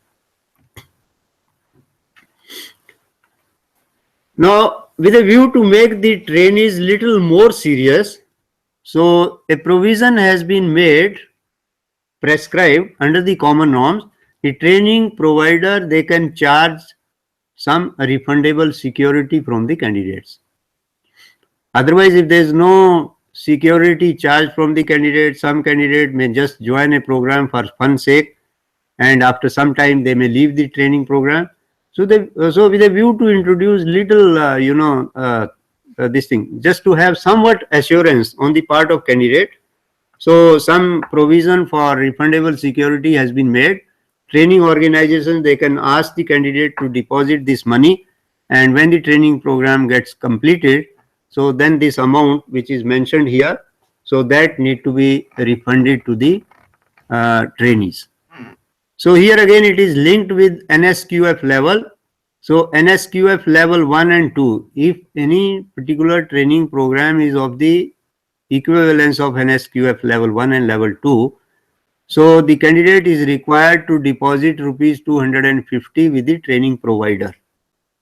And if course is equal to level 3 and 4, then the security deposit is doubled, and it would be of the order of rupees 500. NSQF level 5 and above, it could be 5, 6, 7, 8, 9 or 10. So any of these level, if a course attended by the trainee is having equivalence with any NSQF level ranging between 5 to 10, then the candidate is supposed to provide security deposit or caution money of the order of rupees 1000. And this security shall be refunded only to those completing training and who get certified. Now those people who do not complete training, they prove to be dropout. So their security deposit is going to be forfeited by the training provider, and to that extent it becomes income of the training providing organization.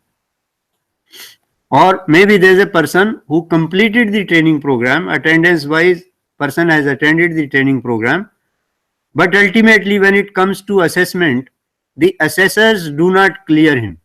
As per assessor, the person has not developed the required competencies, and if the person has not developed competency, no fun of issuing certificate to that person. So if competencies have not been developed, training has been attended for full duration, even in that case this person will have to surrender the security deposit given to the training provider.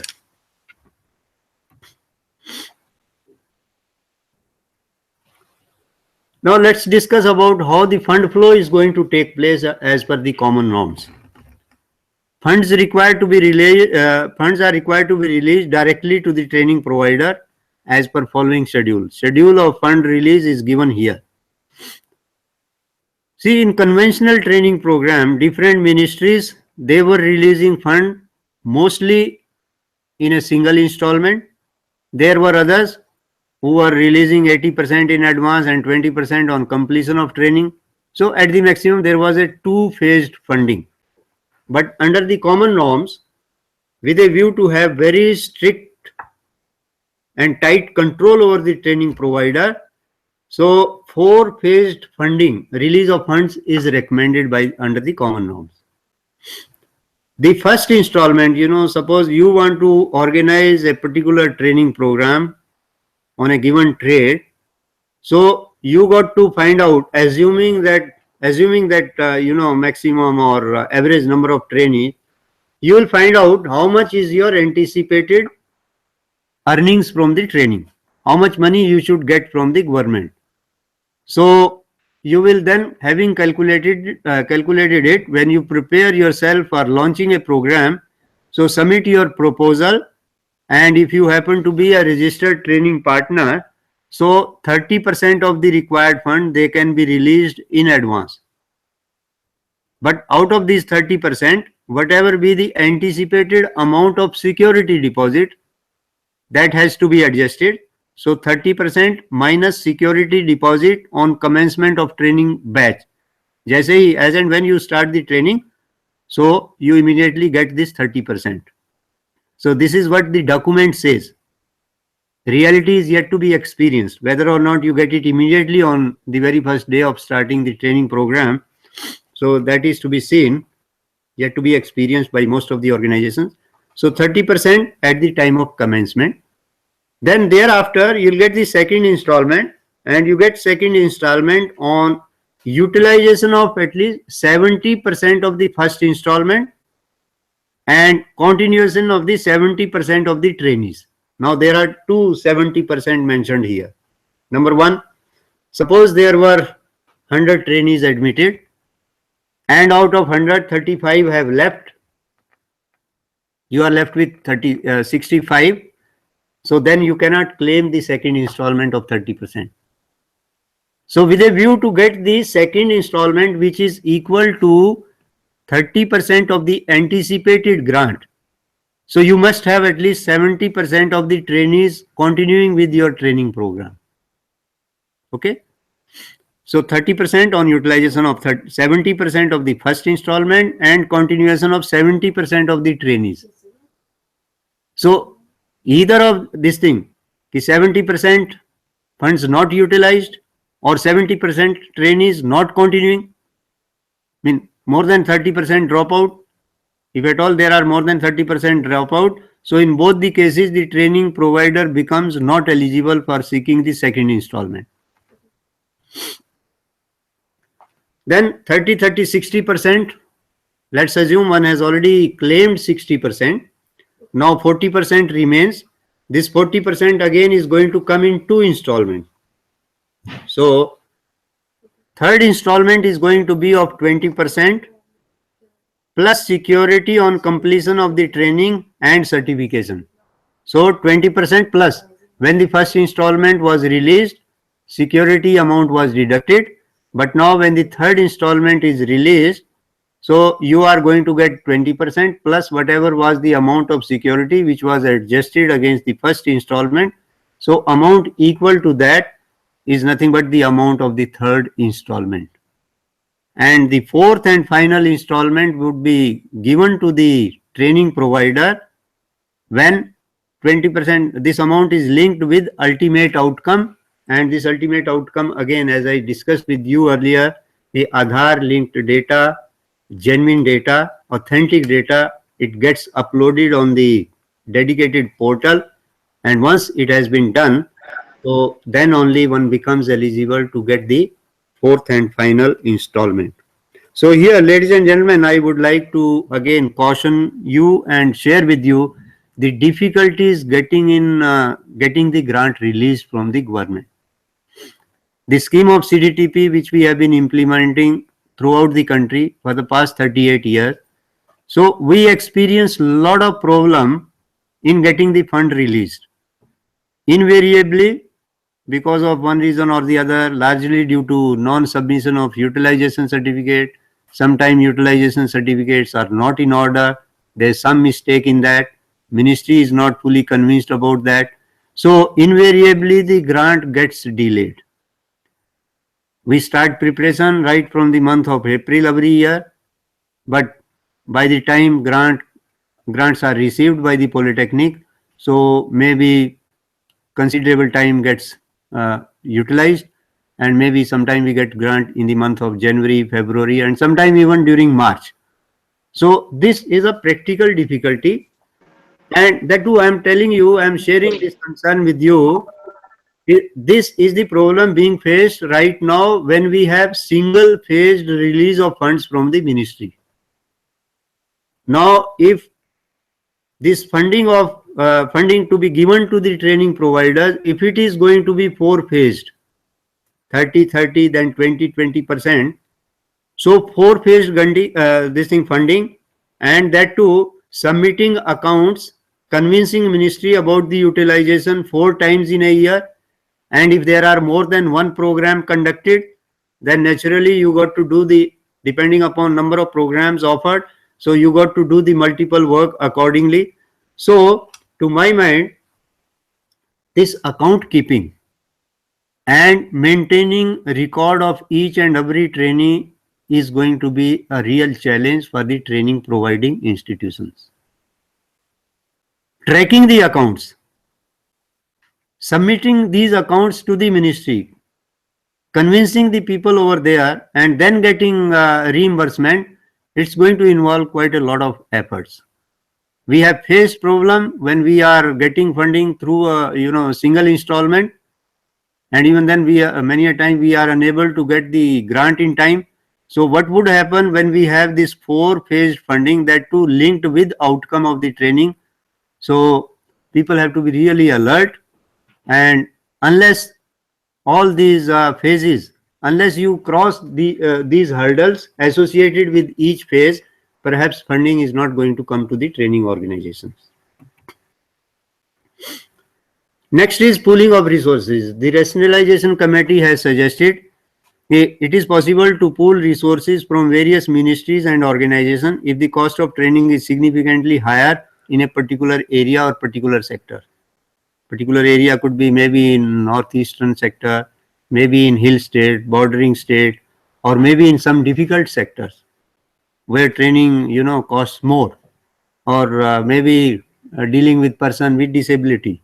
That's a particular such a sector of training where you require a lot of resources, lot of efforts, lot of patience. Okay, so if there's if the training cost is higher, then maybe government can even think of pooling of the resources. Even government at times thinks of getting funds under corporate social responsibility, pooling those funds, getting that money in the ministry, or making all ministry contribute funds on account of training.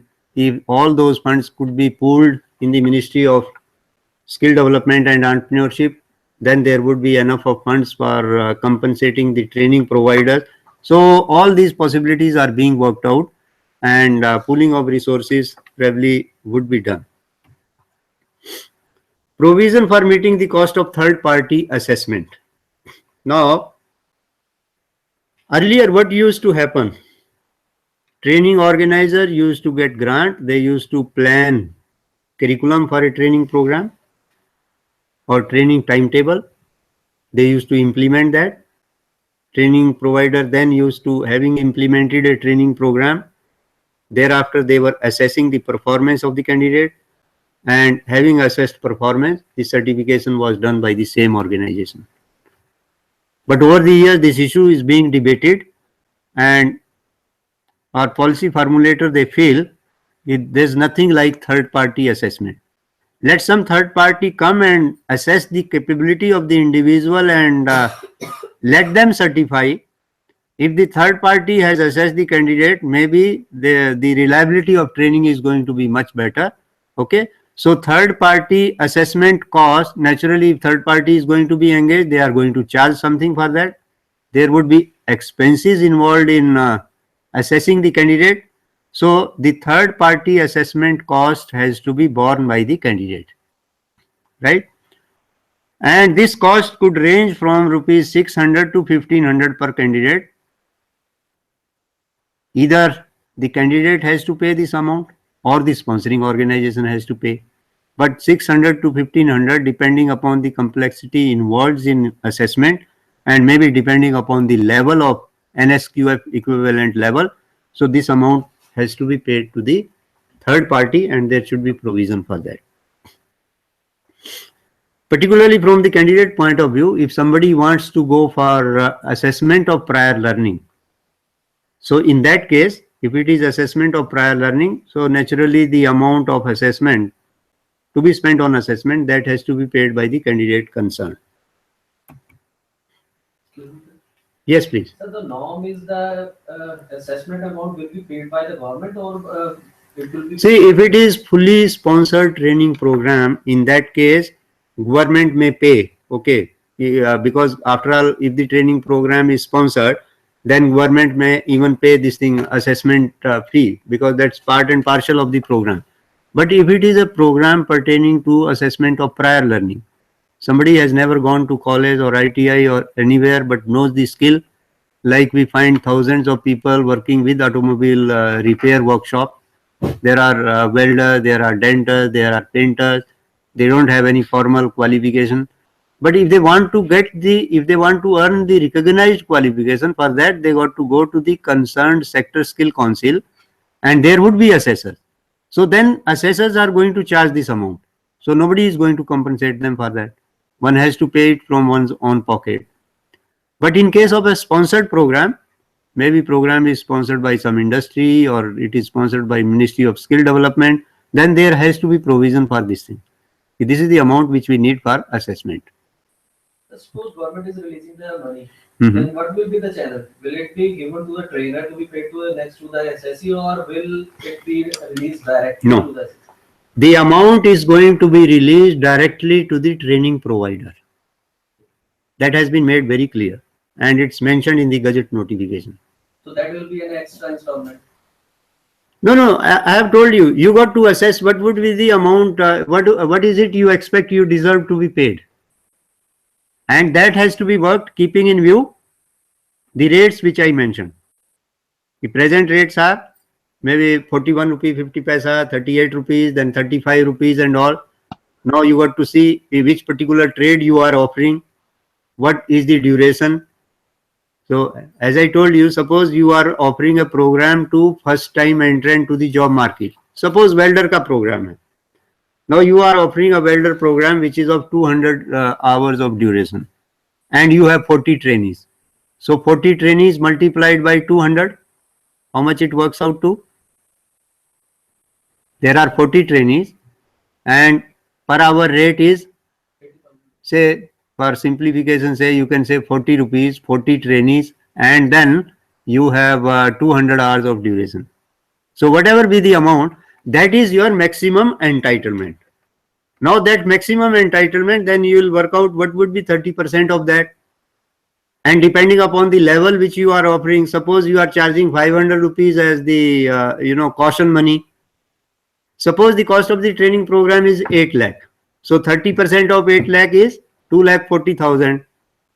Let's assume you have charged 1,000 rupees per trainee as the caution money. So 40 rupees you have already received from the training. That means 2,40,000 minus 40. So you are justified in claiming 2 lakh rupees as first installment. Then next installment would be another 30%, provided you have already utilized at least 70% of those 2,40,000 in fact. So the moment you have utilized 70% of that and you have also been continuing with at least 70% of the trainees, then you become eligible for another 30%, which is again works out to 2,40,000. Okay, so 4,80,000 you have received. Then comes the next one. In fact, first installment 2 lakh, क्योंकि उसमें 40,000 security amount adjust था. Second installment 2,40,000. Okay. Now third installment is 20%. 20% of 8 lakh is 1,60,000. So you become eligible for 1,60,000 plus the security amount. So security amount will be given to you along with the third installment. So 160 plus 40. So you become eligible for getting 2 lakh rupees as third installment. And fourth installment, when you have completed the training program and you have you can then claim the remaining fourth and final installment, that's 1,60,000. So like that the fund flow is going to take place. So it is going to be paid directly to the training organization. In fact, the common norms also says in case you are unable to meet the entire expenditure of training as per the common norms, you are even allowed to charge something from the participants. So if the training organizers so desire, they can even fix some fee over and above this thing, something which they are going to get from the government. So that provision also exists. So depending upon the trade, depending upon the place, and then of course there are other benefits which are to be directly given to the candidate concerned. अब आधार linked data इसलिए बनाया जा रहा है कि जो से transport allowance, then amount to be paid to the candidate on account of boarding and lodging. So that ultimately you got to have Aadhaar linked bank account of the beneficiary, and that amount is directly going to be transferred to the bank account of the individual. So that's how it's going to work. So this interactive MIS is going to be in place, and all data has to be fed to MIS. And the Ministry of Skill Development and Entrepreneurship, they have already worked on this MIS. It's in place. One can visit the MIS and enter the data there. Then monitoring and tracking system. See, here again, the government is, recommending very, very strong monitoring and tracking system for implementing the common norms. The important provisions are at least, people who are going to be first-time job entrant to the job market, those who have attended 200 hours of training program, so they need to be tracked by the training organization, training providing institution, at least for a period of 12 months. So 12 months for trainees trained as first-time entrant to the job market, they have to be followed up by the training organization. Maybe you evolve your own system. Maybe you follow them up on through telephone, you follow them up through email, or you follow them up by way of paying periodic visit to their places. But you got to keep track and you got to keep on updating the data, at least till 12 months. So what happens after 12 months? Whether a person remains employed or unemployed. So thereafter, the training organization is not responsible for that, but tracking up to 12 months is desirable. Then those who are going to attend 80 hours of reskilling or upskilling model, right? Model of training. So they need to be tracked for at least 14 months. As I told you earlier, the person undergoing this 80 hours capsule of training, having completed training within 14 months, this person must experience an increase of 3% in wages. So for that matter, it becomes important you continuing following up with the employer where this person had come from, continue following up with that employer and that trainee. And if this person changes job, even then we are expected to follow up. We are expected to keep record of that change in job and keep on feeding that information to MIS. So this data has to be maintained. So in case of 80 hours of capsule of training, so follow-up is required to be done for 14 months. Then particulars of 90% of the candidate required to be fed into central MIS, which would then entitle the training provider to get 10% of the remaining cost of the tracking fee. There's a tracking fee prescribed for this thing. But one would get the tracking fee provided one has followed up and one has uploaded data of at least 90% of the candidate. If the data is less than, you are tracking data of less than 90%, then again you forgo this tracking amount. A follow-up fee, you can call it as. So far as this tracking is concerned, monitoring and tracking is very, very strong. Then next is monthly tracking, a must both for fresh entrant and trainees of reskilling category. That means category 1 and category 2. So on monthly basis, you will keep on tracking these candidates. Then compulsory placement within 3 months. So as I told you, the minimum 50% or whatever be the percentage, 50% or maybe 70%. So this has to be ensured within 3 months of training. And that support allowance is also provided for a maximum period of 3 months. 2 months for men and 3 months for women. So that would mean a compulsory placement of candidate must take place within a period of 3 months. Then keeping track of incremental revenue. So here you got to, first of all, as and when the person joins the training program under that category 2, 80 hours of capsule. So while enrolling these people, it is in the interest of the training imparting organization, they must get all details from the employer and the employee and the employer with regard to the wages drawn at present. And thereafter, having completed the training, this person goes back, and after 14 months, you got to ascertain whether or not the person has experienced 3% increase.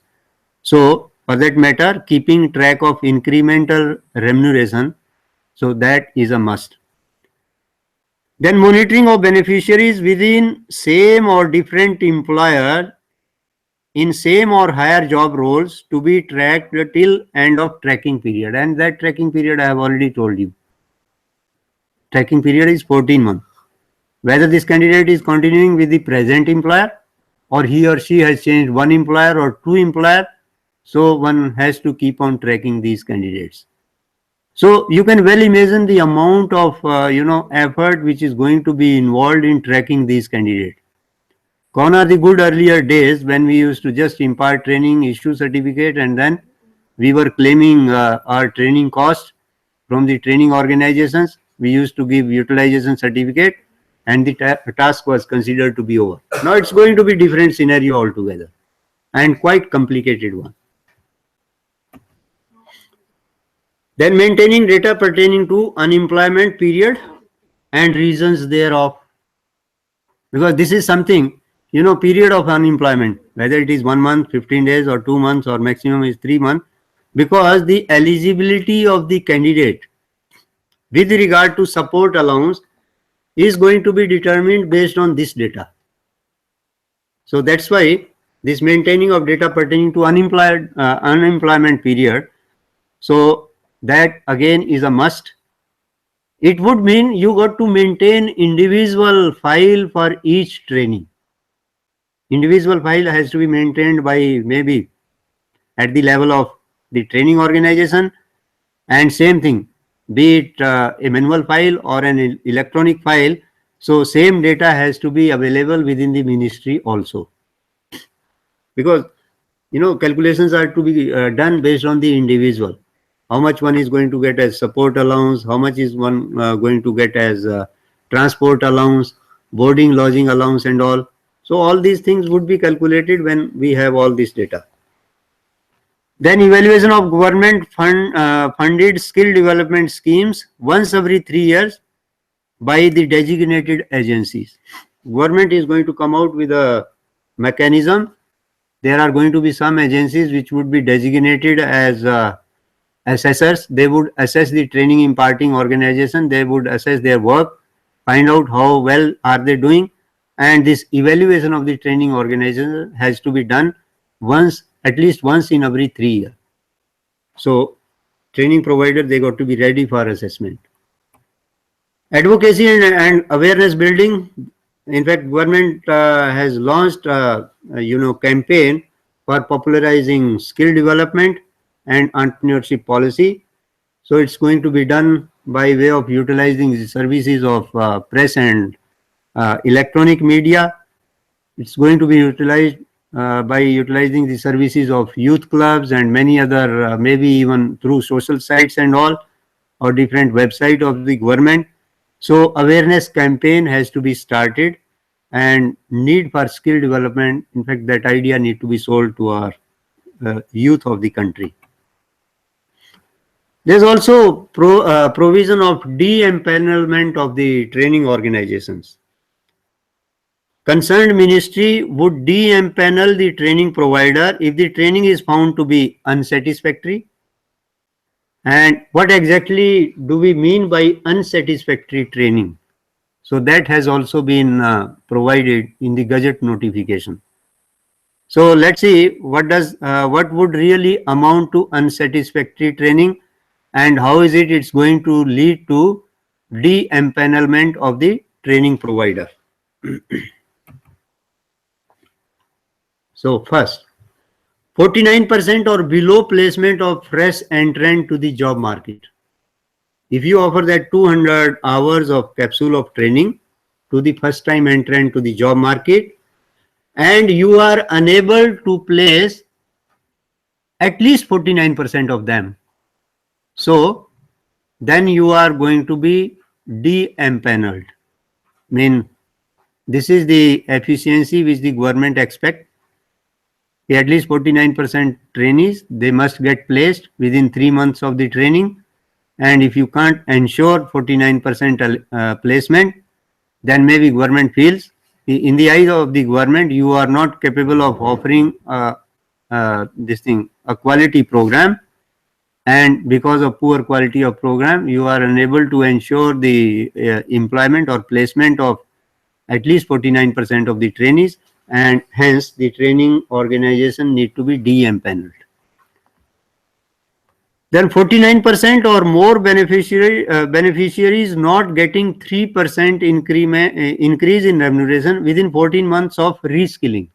This pertains to the second category of training, skill training.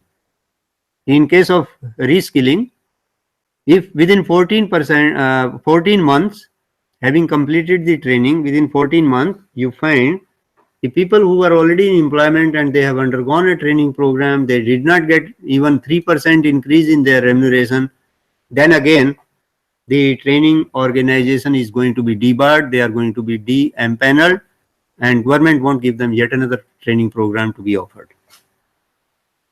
Third one, 49% or more beneficiaries of RPL not getting appropriate increase in wages in respective skill category.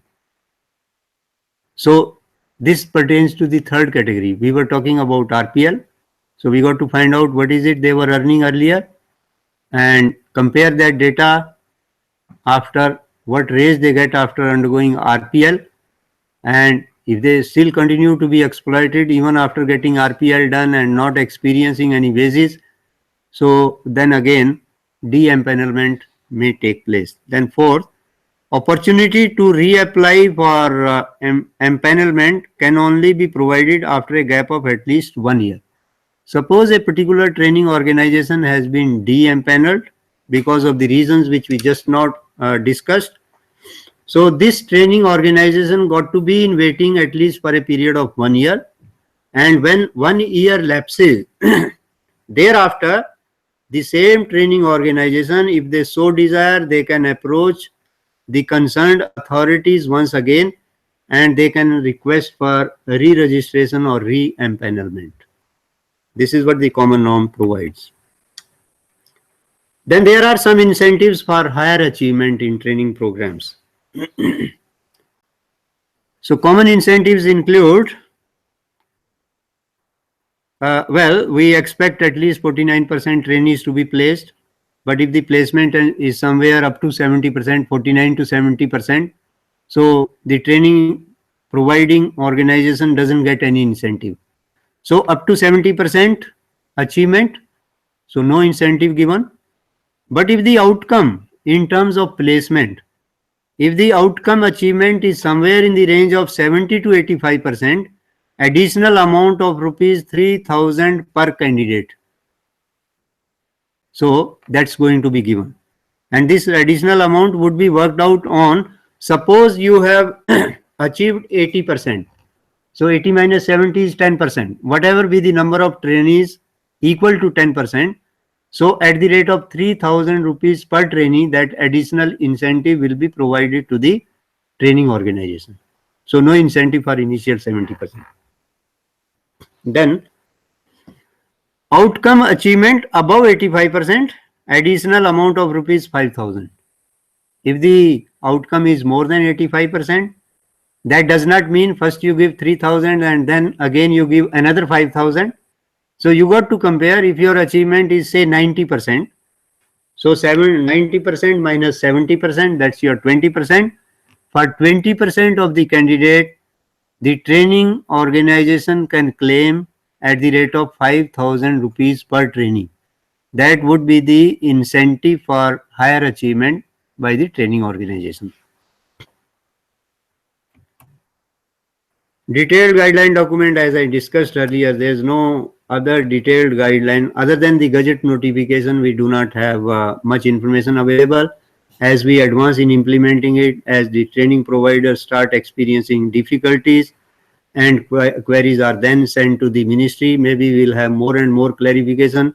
But right now, we do not have any guideline document, and whatever information is available.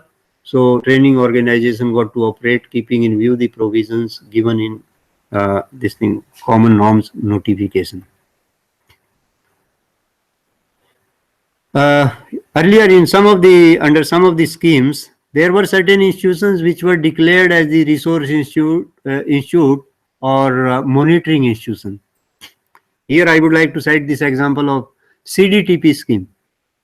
For the purpose of implementing CDTP scheme or the other scheme for mainstreaming person with disability in technical and vocational institute. So the 4 NITers, NITer Chandigarh, Bhopal, Calcutta and Bhopal, we are the established monitoring and guiding institution. In a way, we work as a resource institution for the system. But under the common norms, no such like institutions have been designated so far. So whatever role is to be played, it is to be played by sector skill councils, or maybe in days to come, there may be some accrediting criteria available. So, but right now there are no designated resource institutions as such. Mechanism of release of funds, as somebody asked earlier, as per Gazette notification dated 8th August 2015, funds would be provided directly to the training providers. So here is your query answered. So funds have to be released directly in the bank account of the training provider. Responsibility of submission of utilization, basically this responsibility lies with the training provider. Timely submission of utilization is what is going to ensure timely release of funds. If utilization certificate is delayed, so release of grant is also going to be delayed. Success rate, achievements are going to be measured in terms of percentage of people placed. Achievement outcome of less than 49% would be considered unsatisfactory and results in de-empanelment of the training provider. This earlier also we have talked about it. Flexibility in imparting training. Training would be offered through a formal mode only. Earlier, many departments, many central ministries, they were promoting programs which were non-formal in nature. So, but then these programs are going to be offered in a formal mode, and formal mode would mean there's going to be some age criteria, some minimum number of hours mentioned for as duration of the training, and some formal system of evaluation. Whereas when we compare a formal system with non-formal system, so in non-formal system, there's no age bar, no educational qualification, no prerequisite in terms of age, qualification, etc. And the program offering could be totally flexible. It could be in morning, it could be evening, it could be on weekend basis. So that sort of flexibility is probably not going to be available as per common norms. Place of training, there's no provision of any extension center. each training provider, they got to have their own training facility, training infrastructure, and wherever they have that infrastructure, so the training center would be considered there only. Whereas under some of the earlier scheme, like Jan Shikshan Sansthan or CDTP or PWD, there was a provision of having extension center. Training organization was even, you know, in a position to hire infrastructure of some other organization and then offer program over there. There were training organizations which were even joining hands with NGO and then offering such training program. But under the common norms, such like things are not encouraged, or there's no provision of extension center as such. The training would be imparted only at the premises of the training provider only. When we talk about cost effectiveness of the scheme, well, it's too early to say about the cost effectiveness. It is almost impossible to ascertain the exact cost of training at present. Cost per training under the common norms would only be known after the scheme has lasted for a few years. But roughly it is estimated 200 hours of training would cost at least 10,000. This is the direct training cost, the burden which the government got to bear. But when you talk in terms of people who are going to be reskilled, you see, somebody coming for 80 hours of training is going to leave the workplace and going to lose the benefit of getting wages during that period. So if we include that, then the cost of training is going to be far more than what is mentioned here. Coping with the operational hassles. Given the riders attached to the common norms, I feel it is going to be a Herculean task for the ministry to cope up with the increased with the work involved in operationalizing the common norms. Now you have seen, if you try to make a matrix, you can well imagine what would be, you know, different dimensions of this training program. Okay, am I offering a program for rural person, urban person, category, person coming from category X city, category Y, category Z, is he male or is she a female? Okay. How much time she is taking in, you know, completing training, how much time she is taking post-training in getting employment, is it 1 month, 2 months or 3 months, okay? And there are so many dimensions. I personally feel, unless you maintain a very detailed account of each and every trainee, so seeking reimbursement from the government, completing documentation process, convincing the sponsors is going to be a real hassle. So if we have to follow these common norms, so be prepared to face all these challenges, and unless we come out successfully out of this thing, unless we complete the complete documentation, so getting grant is rather going to be very, very challenging for the training providers. So ladies and gentlemen, this is what I was to discuss with you with regard to common norms, and now we can take a few questions if there are any. Otherwise, my session is over. So, madam, could we visit some of the centers? Great query from David Jalandhar. Would you like to give any feedback?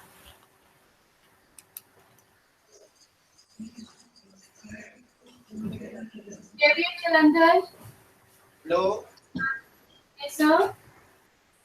Thank you, ma'am, for a very good and nice presentation, very speaking and very rational one. I have concern that there are two pillars in this training program. One is the training institute, and second one is the third party, which is assessment or accreditation body. If all the due consideration and all the onus have been put on the training institute, then what is the role of the accreditation body or that accreditation third party agency? The institute is responsible for the in toto, but the accrediting agency has not been even given any responsibility. That has only to accredit. If that is certifying that the candidate or the trainee is well trained and he is well equipped with all the traits which are required, then why not some onus should also be put on the accrediting third party agency? I would say it is just the certification. If we are capable of offering quality training and capable of, you know, getting our trainees placed, I suppose in most of the cases, institutions would definitely get accreditation.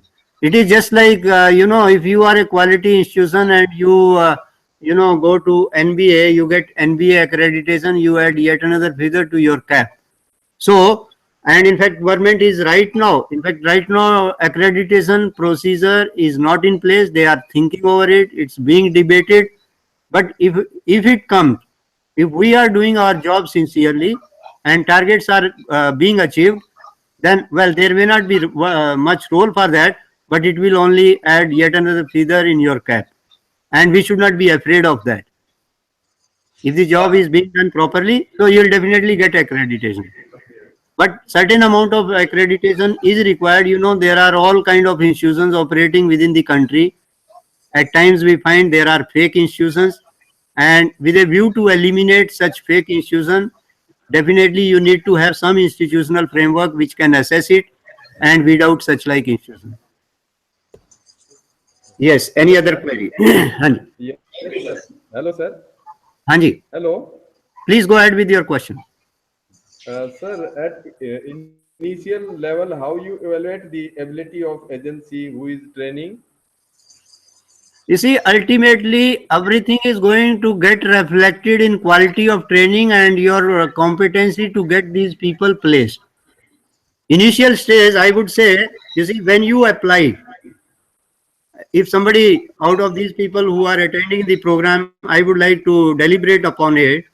The moment you register yourself with AICTE, so there are committees constituted in AICTE, and those committees go through your biodata. Many a time, institutions are asked to make presentation. If need be, the AICTE committees, they can even come and visit your infrastructure. Such like visits are organized. That's what is called as expert visit committee. So AICTE's committee, they visit, they find out the availability of infrastructure. They try to assess whether or not the training organization would be in a position to offer the quality training. Then the second check is going to be, okay, you got a program sponsored, and a real taste lies in this thing, after all, having completed a training program, can you really get the student placed? So that's yet another check. And can you conduct such like training program time and again on sustainable basis? If you are doing it, so then naturally there's no problem. Otherwise, one is going to be weeded out, as I mentioned earlier. So evaluation is done by the AICTE committee. Even people with whom you are going to have MOU, so-called knowledge skill provider are also assessed by the committees constituted by All India Council of Technical Education. So that's what I would like to clarify. Yes, any other question from any other center? Sir, seats are limited for training? Seats, when you file application with AICTE, you got to make mention of your intention. The seats are going to be in multiple of hundreds. So you can get your center approved for 100, 200, maximum right now cap is 500 at one particular training center. So not more than 500 person to be trained in a year. That's the maximum cap.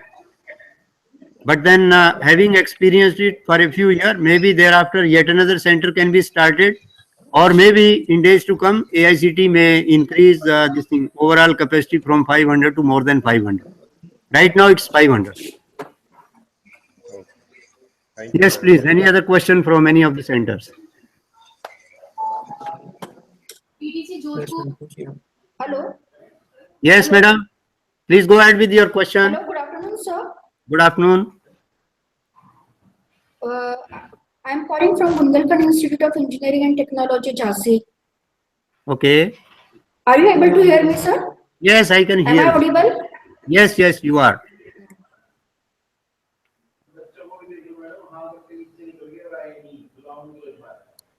Hello. हाँ madam बताइए आपका प्रश्न क्या है? I can hear you.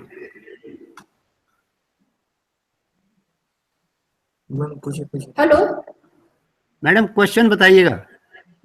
Sir, my question is, Under category 1, we have seen that the cost per training per candidate was given as rupees 38.5 per Yeah. hour. So that would be with this formula we'll calculate the cost for total students. But then how should we decide that how much to be paid to a trainer per hour? That is not given anywhere. I did try to clarify it during my presentation.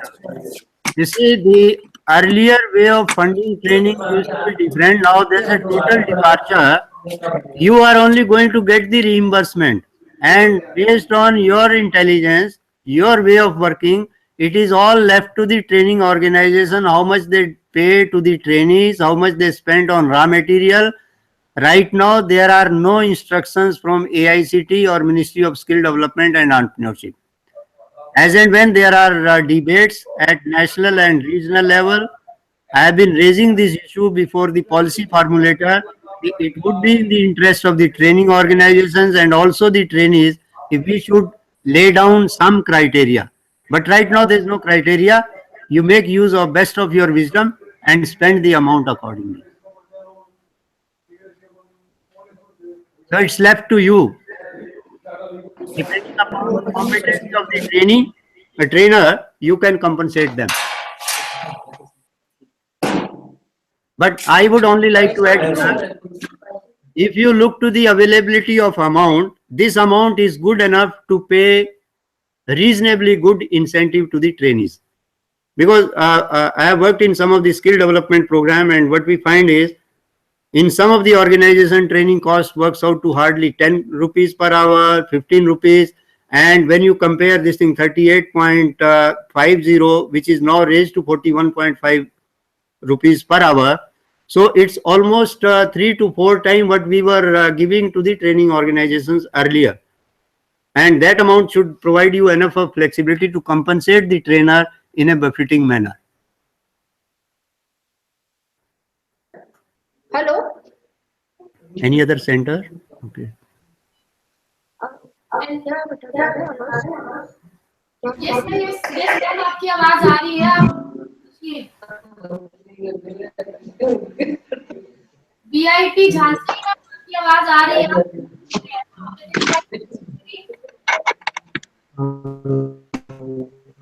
Hello? हाँ जी, please go ahead with your question.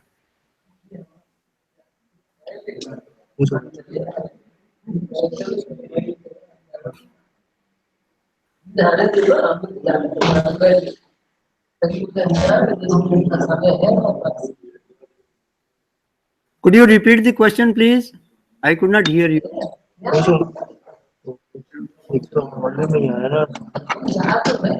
आपकी आवाज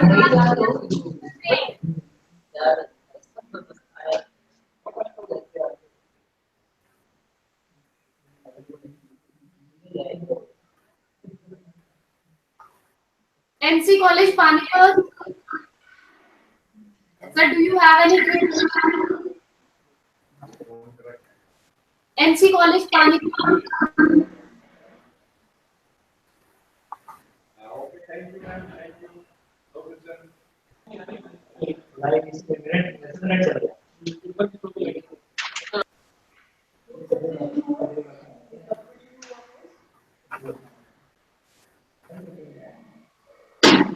hello हाँ जी please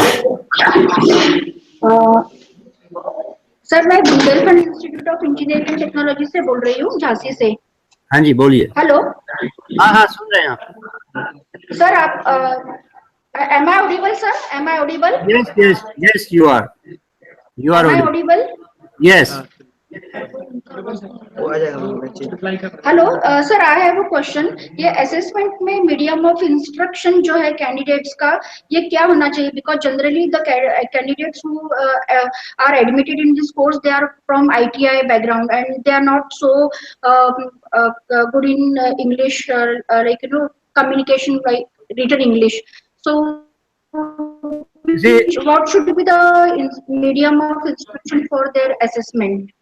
Medium of instructions during assessment has got to be local vernacular.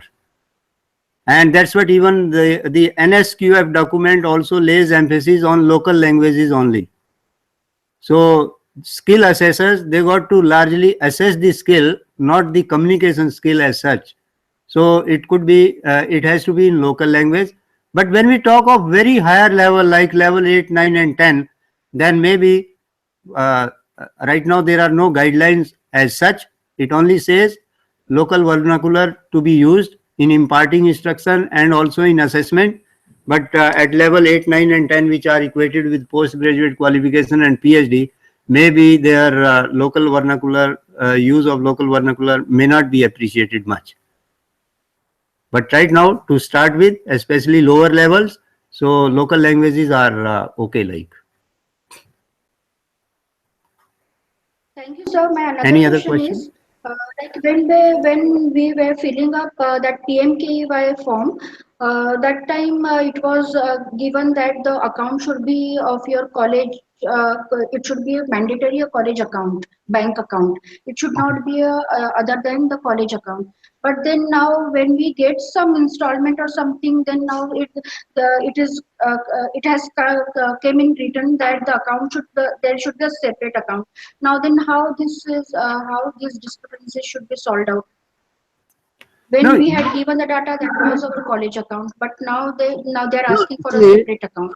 once you receive the amount in your college account, thereafter when it comes to utilization, you see, we also implement many of the government sponsored program. Money is received in, say, institute's main account. Thereafter, we open a separate project account. And whatever be the expenditure incurred, it's going to be debited and credited to that account. So it helps you in maintaining separate account, and separate account would definitely have all that transparency. And later on, when you have to prepare your utilization certificate, it's going to be far more easy. Money can be received in your institute account, but thereafter have a project account separately. Okay, sir. Thank you, sir. Sir, I have another query. The cost, the distribution of the cost, like how much to be paid on raw materials, like for training. Suppose if you want to give the books or some teaching material to the candidate, then is there any specific norm that it should be this percent or that percent? What I it should have be? earlier also clarified with regard to utilization of training grant provided to the training organization. It is all left to the training imparting institution. They can utilize it the way they feel like. There are no norms prescribed with regard to expenditure on raw material, expenditure on consumable, expenditure on traveling or payment to be made to trainers. No, nothing is provided. It's all left to the training institution. So let them utilize their best wisdom and take the decision accordingly without compromising on quality of training. Okay, so one more question that rupees. Hello. Hanji, Hello. So rupees 600 to 1500 is. Hello. Hanji, assessment Hello, fee. sir. Rupees 600 to 1500 is allocated for. 600 to Hello. 1500. Hello, You see? sir. Am I audible? Yes. I am going to reply. Am I audible, sir? Yes, you are. You see, the Am I people, audible? if the third party assessment is being carried out, so expenditure of 600 to 1500 depending upon the level of skill, or in terms of NSQF equivalence, depending upon that level, the assessment fee is going to be charged. So lower the level, lesser the amount of assessment fee, higher the level, more would be the fee. So that's basically the assessment fee. Sir, There this could be a assessment case. fee There does. could be a case of a person who is already, say, working and wants to come for this thing RPL at a particular level. So depending upon that RPL level, so this candidate would be required to pay the assessment fee. And Okay, this sir. Thank you, sir. assessment Sir, does this assessment fee include the TADA, or TADA should be given them separately? nothing. The training imparting institution has to pay only the assessment fee. TADA of the assessors, they have to claim from their own organization. Okay? Okay, sir. Okay, sir. Thank you, sir. Okay. So thank you all the participants at different center. And now we'll have after lunch session commencing at 2:30. So please be in your respective seats by 2:25. So in 2:25 to 2:30 we get connected and then session starts at 2:30. Thank you.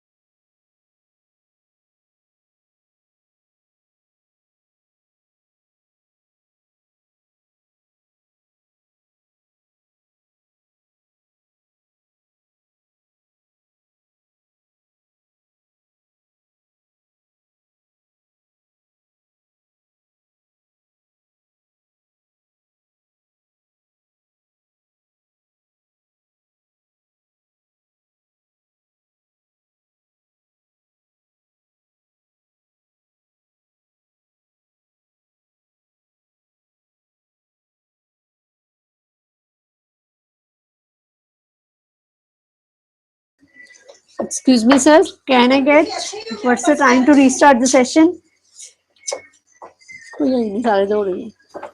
I'm at 2:30. 2:30. Thank you, ma'am.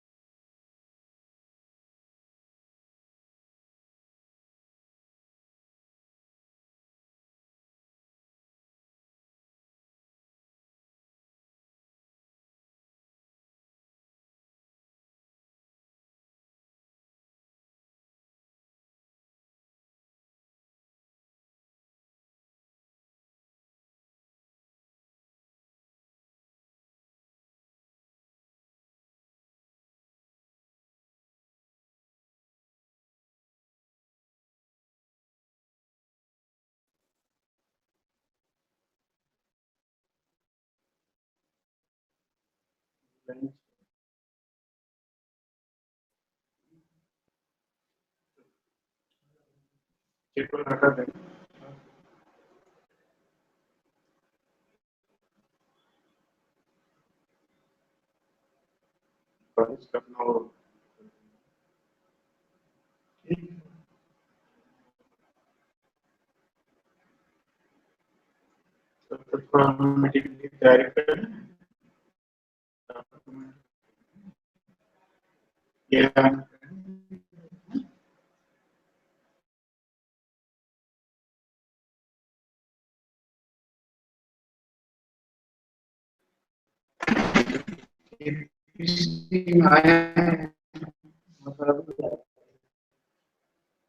ये कौन है?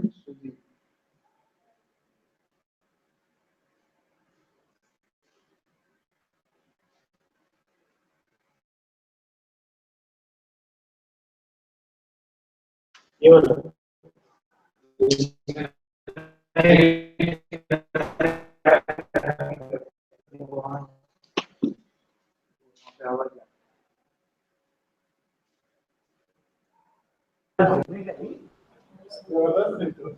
Lunch break sir, एक पता नहीं कब अभी ये live start हुआ है।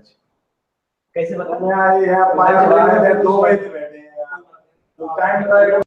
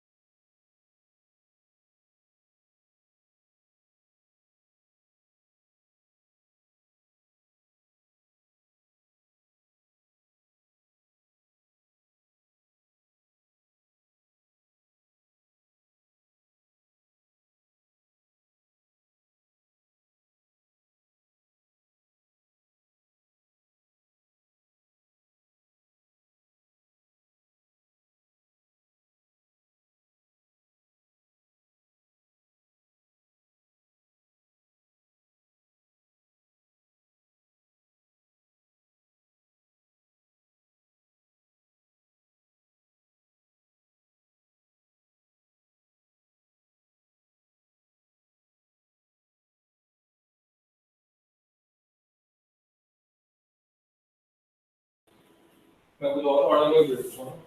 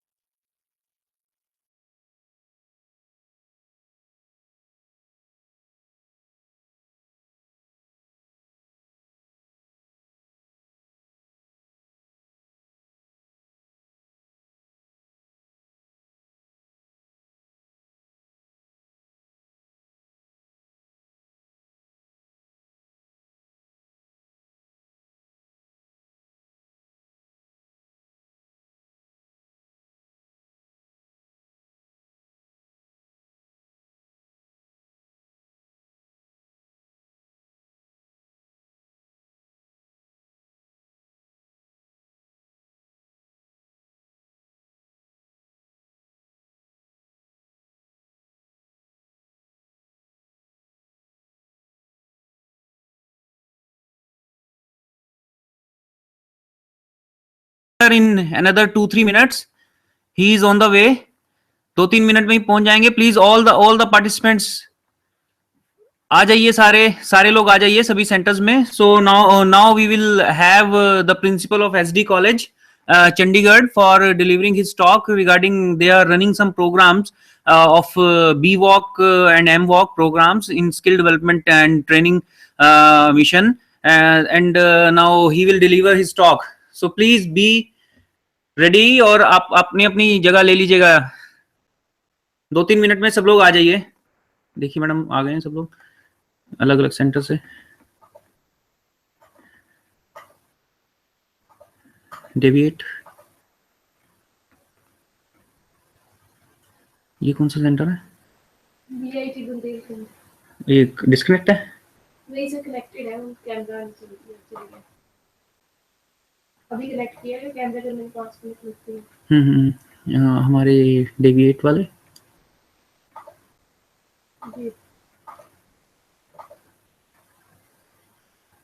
डेविएट,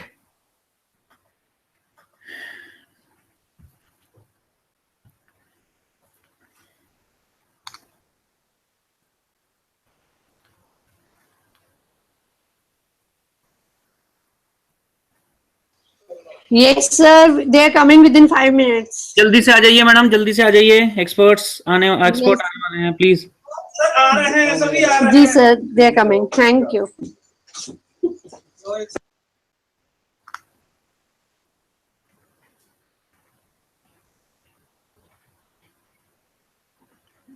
सर वो बस आने वाले हैं 2 मिनट में.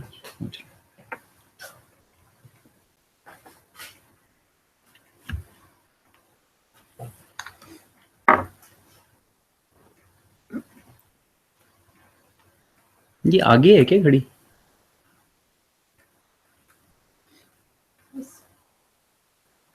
मिनट्स का डिफरेंस है. नहीं अभी तो 2:27 के करीब ऐसे. 2:34 हो गया सर. 2:35.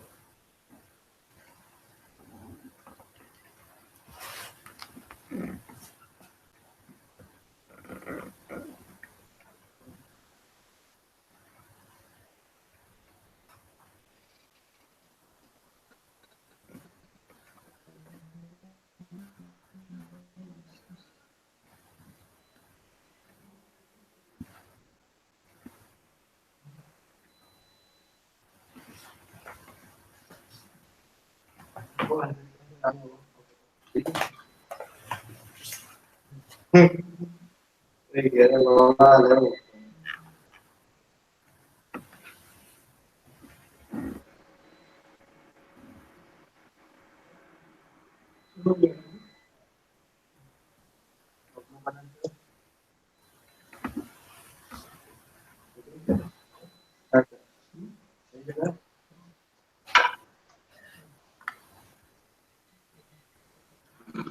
सबको 1 मिनट कनेक्ट करिएगा, मैं 1 मिनट में लेकर आता हूँ।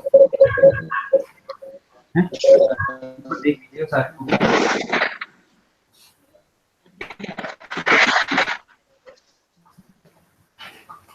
सर मैं लेके आता हूँ।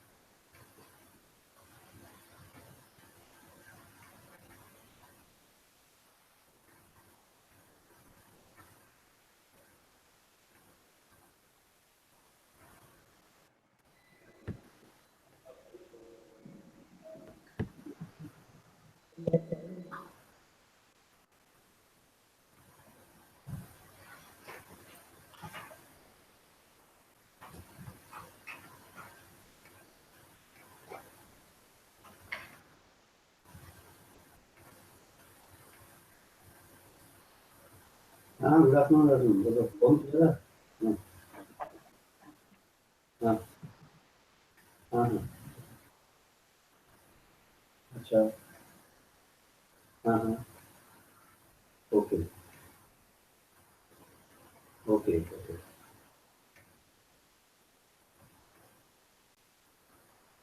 हाँ हाँ हाँ हाँ हाँ हाँ हाँ, अच्छा अच्छा, हाँ हाँ हाँ, ओके,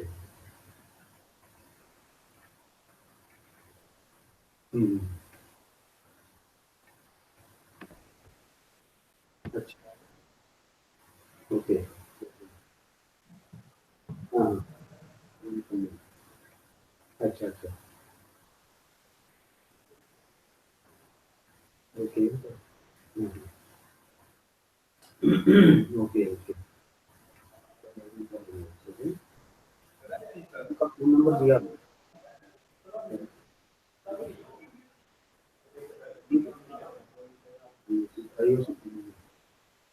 ठीक ठीक है, कल आओगे जनरल डिस्कशन वाले में?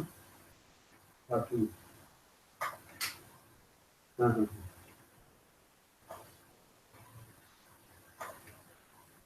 हाँ हाँ, ओके, अच्छा अच्छा, ओके,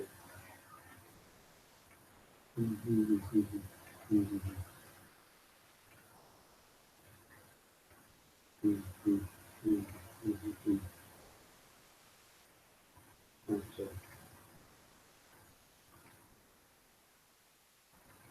ओके ओके, कोई बात नहीं, कल संभव नहीं है, चलो कोई बात नहीं, अच्छा, no that is required actually, वो तो चाहिए था भाई, that's in the afternoon 2 to 4 afternoon, you can come, no? अच्छा अच्छा, वो ठीक है, we want 50 representation on that, yes yes yes yes, ठीक है तो आइएगा, ओके,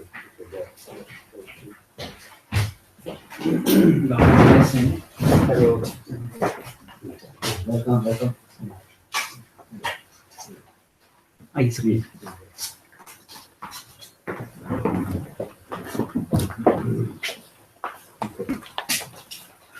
Please, sir.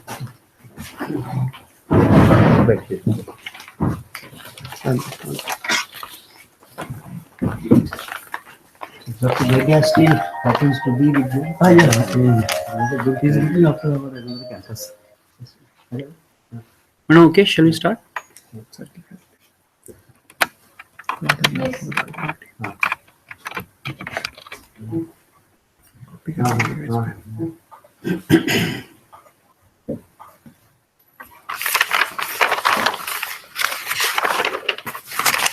मैं बाद में कर लूँगा अभी हमारा online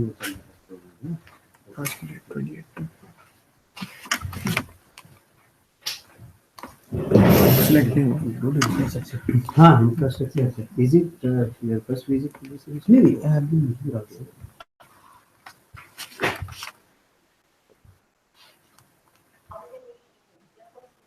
How is the community still moving? Now, very well. We will lot of the work and one community project. After that, So all the centers, madam, connected hai? Shall we start? So welcome back after a lunch break. So in this session, I would like to welcome Dr. Bhushan Kumar Sharma ji, Principal SD College Chandigarh. And sir, for your knowledge, we are having 7 centers. One is TTC Jodhpur, and another is DAV Institute of Engineering Technology Jalandhar, NC College of Engineering Panipat, Gyan Jyoti Engineering College Mahali, Bhai Mahasingh College of Engineering Muksar, and Government Engineering College Banda, and Bundelkhand Institute of Engineering and Technology Jhansi.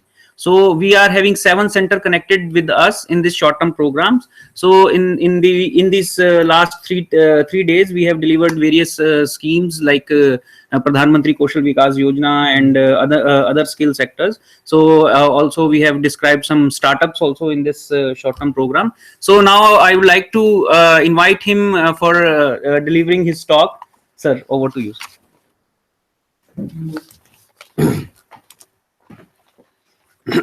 Thank you very much for inviting me here.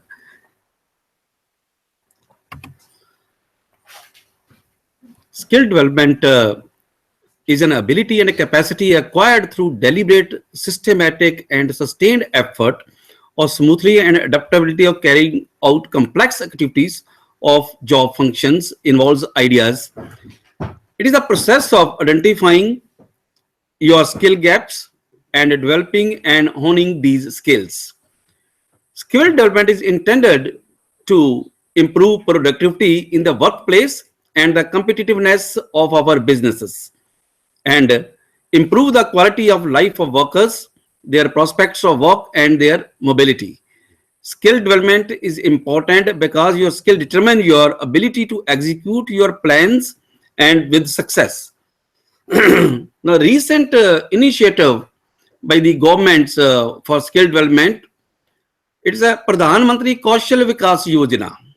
This Yojana is the flagship scheme of the Ministry of Skill Development and Entrepreneurship. The objective of this skill certification scheme is to enable the large number of Indian youth to take up the industry relevant skill training that will help them in securing a better livelihood. Udan is a special industry initiative for Jammu and Kashmir in the nature of partnership between the corporates of India and Ministry of Home Affairs and implemented by the National Skill Development Corporation. The programs aims to provide skills training and enhance the employability of unemployed youth of Jammu and Kashmir. The scheme covers graduates, postgraduates, and 3 years engineering diploma holders.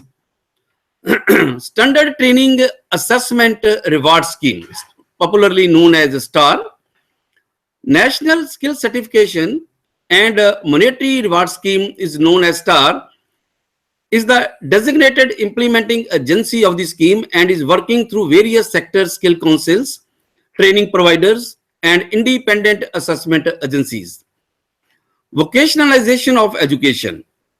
In order to bridge the industry academia gap, NSDC has developed a unique model to integrate skill-based trainings into the academic cycle of the universities.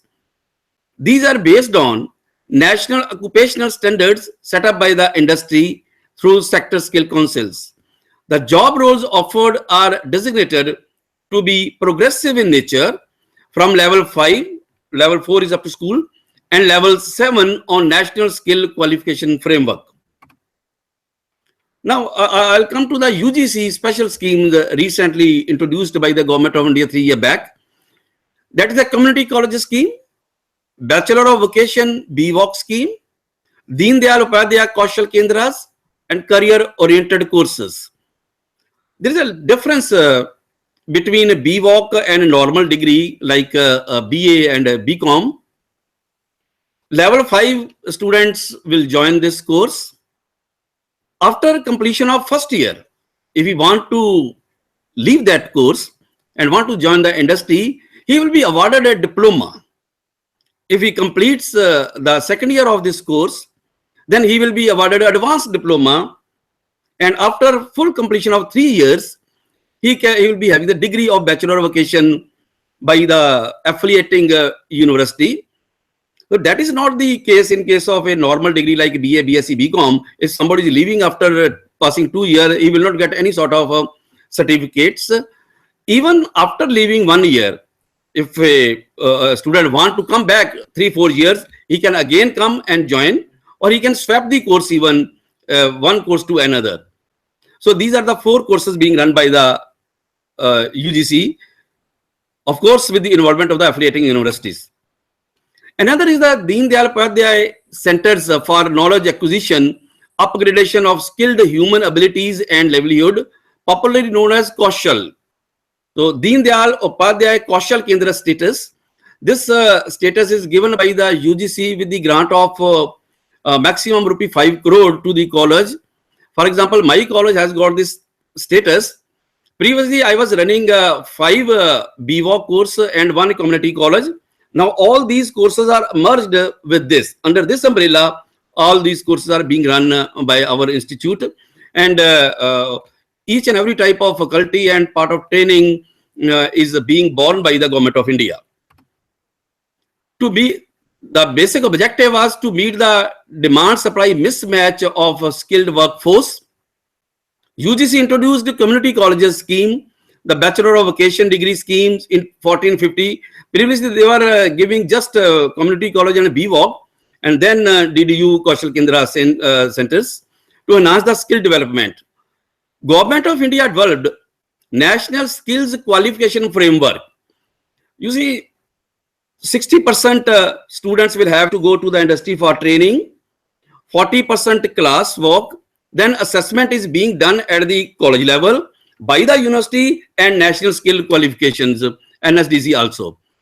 Under NSQF, the sector skill councils of different industries, they have developed their own standards, develop qualifications packs, national occupational standards, and assessment mechanism in alignment with the needs of the industry.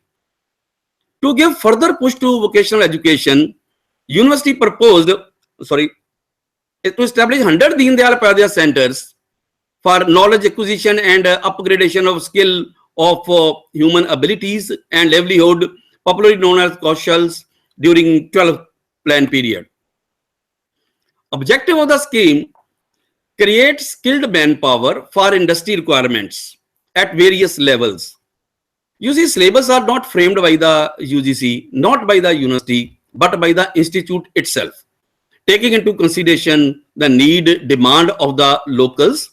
Then they will forward this syllabi and a whole proposal to the UGC via university, and only one college will get one course. Another college, it's not a parallel like a BCom, same syllabus for all the colleges. It is not so. If I'm running BVOC in agribusiness, so this is my course. Considerations of the institution are its own. We have framed the syllabus approved by the university, and all these levels are there, 5, 6, 7, 8, and then PG levels also. Formulate courses at postgraduate level, keeping in mind the needs of the industry. Work for coordination between higher education system and industry.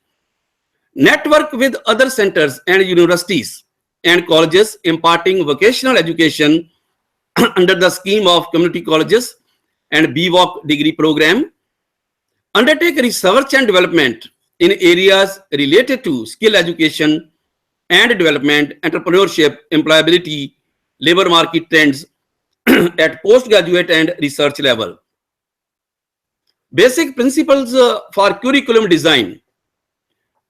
We follow credit-based semester system. Provide for provision for credit transfer across courses.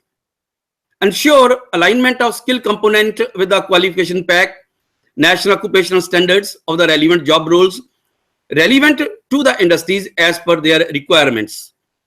Provide credits for practical work, apprenticeship on the job training and project work. Provide multiple exist, as I've just spoken, and entry points with the provision with the vertical and horizontal mobility. Provide credit for general education component and skill component in the ratio of 40-60. 60 is the skill component, 40 is the general. Out of general, there are 12 credits are common for each course. Then 18 or 20 credits are for related to the course, but general. General education will include credits in communication skill, just this explanation what I have told right now. ICT skills, soft skills, critical thinking, problem solving, environmental studies, and value education for all the levels, diploma, advanced diploma, and degree. If a student is not leaving, then he will not get the diploma. If he is leaving after second year, he will get the advanced diploma. After third year, of course, the degree. Review courses periodically. Follow UGC guidelines. Has to follow because somebody is getting a bachelor degree, then this degree has to be awarded by the university. So UGC guidelines, and these are the courses sponsored by the UGC also. For skill development courses at different levels, specified under community colleges, BVOC degree programs. Now, what are the target group? Institution may apply to the UGC under 4 categories. Category 1, UGC approved community colleges and BVOC degree conducting institutions with the UGC assistance, mean those who are under 12B and 2F, popularly known as, they are eligible in this category. All the central universities. Category 3, all universities and colleges recognized under 2F, in addition to 12B of the UGC Act, and eligible to receive general development assistance from UGC and which have been accredited by the NAC, NBA, or have applied for accreditation. Category 4, in addition to all the above 3, self-financing institutions not eligible to receive general development assistance from UGC and which have either been accredited by the NAC, NBA, or have applied for accreditation. The parameters for evaluation of proposals by the UGC, they keep asking for the proposal every year, most probably in the month of March, April, and they finalize in the month of August onward. Institutions should have demonstrated competence and sustained commitment in the area of acquisition of knowledge and skill development. Institutions should have adequate space, buildings for establishment of the center. Preference will be given to the institutions, universities, and autonomous colleges. In this area, my college, SD College 32, is running Deen Dayal Upadhyay Kaushal Kendra State. This is the only college affiliated with the Punjab University. And every year, for the 5-year grant of 5 crore is available, which needs to be spent on the training of the students. Institution already running BVOC and community college successfully. NAC grade is essential with the relevant CGPA. Institutions having linkages with the industry for collaboration in skill development and employment. You cannot apply their proposal unless you have tie-up with the industry. That has to be there. Existence of industry and employment opportunities. These are basically courses for the generation of the employment. They have to start their own business. not to go in the market for asking for the job. So basic objective of these courses is this. Nature of assistance. Financial assistance will be provided by the UGC within an overall ceiling of 5 crore during 12 plan period. Now, whatever fees collection is there, that also goes to the same corps. So 5 crore sometimes keeps on multiple. 50 seats are there. If I'm running 5 courses, 250 students, multiply by the fee structure. So it keeps going on. After successful finalization of sending the report, again 5 crore is we are eligible to get the grant. Startup assistance from this 5 crore, a one-time startup assistance up to rupee 2 crore for developing infrastructure, procuring equipment and renovation of building. For staff, assistant professor, previously it used to be the associate, they have withdrawn that notification. 1 technical assistance, 1 multitasking force, and staff under scheme will be appointed on contract basis for the 11th period up to 17. Need-based visiting faculty, guest faculty may be invited from industry institutions. Operative cost, rupee 1 crore will be provided to meet the operational expenditure under the scheme during the 12 plan, that is up to 31st of March. Now, they have constituted a committee there, expert committee, which will be constituted by the chairman to examine the proposal received from the various universities and colleges.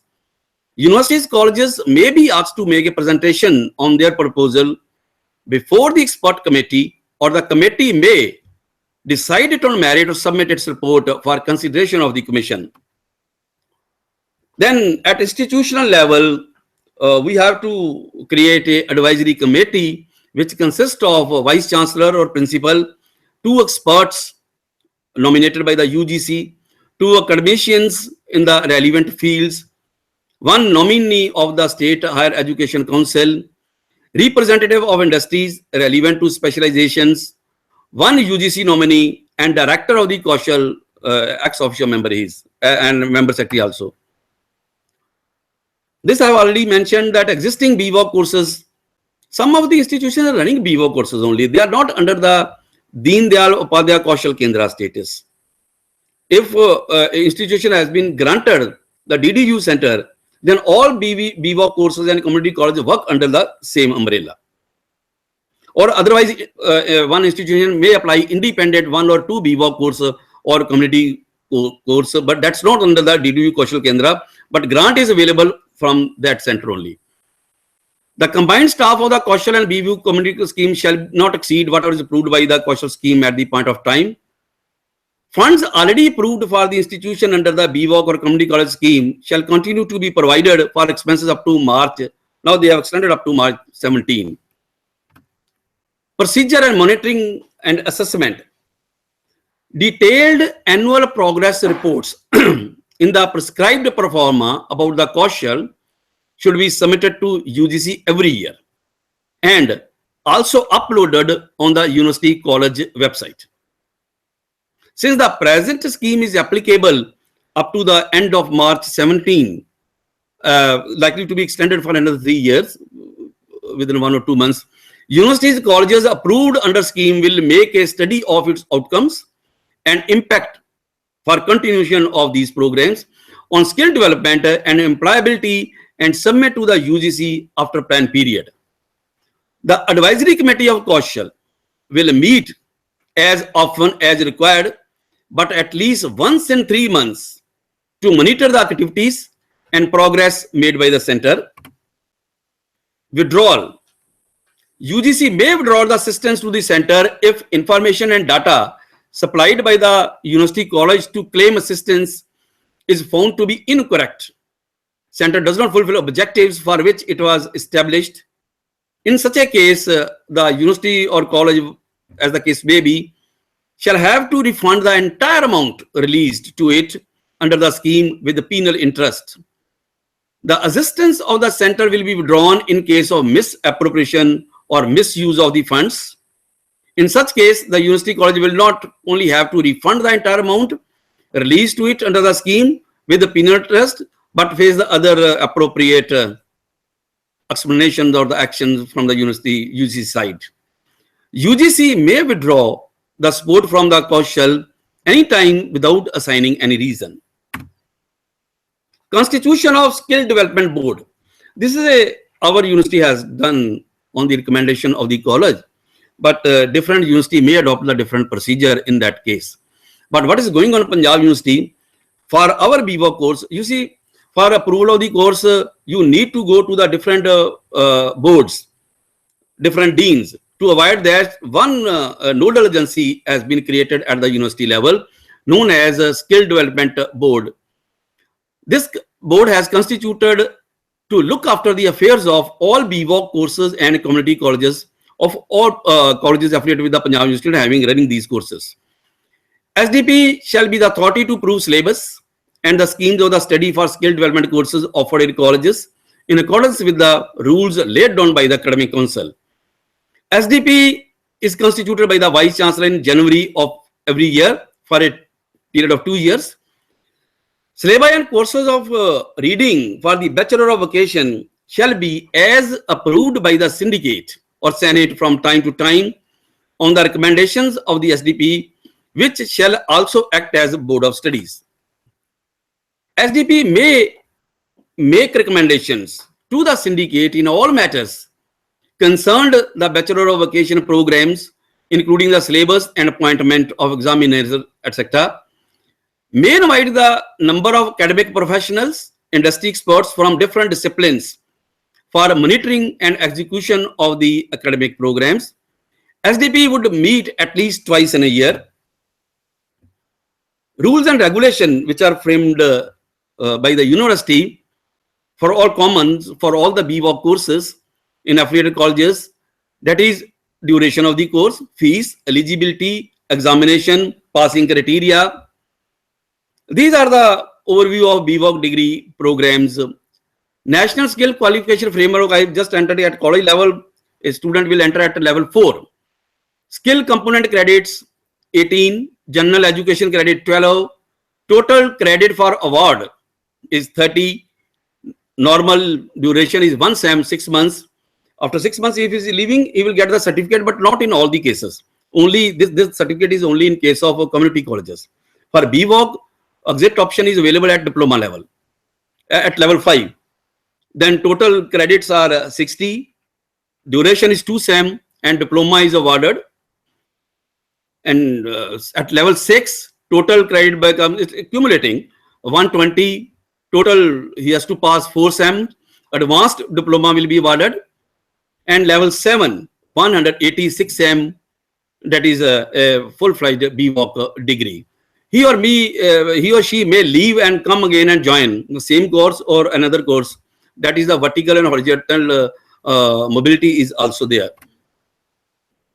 Duration I have just explained. Eligibility is there 10 plus 2 in any stream with not less than 45% marks and will be joining at level 5. Intake is previously it was 25 students. Now they have sanctioned 50 students for each course. Total I have just mentioned in the table, that is a 180 credit, 60 credit for every year. 40% of credit is the general component and 60% is the skill component. College concerned has to propose the credit assigned to each the course, taking into consideration lectures, tutorial, laboratory work, and practical. 1 credit is equivalent to 1 hour, and 14-15 periods in that particular period is given of 60 minutes or 30 hours minimum time they have to spend there in the institution.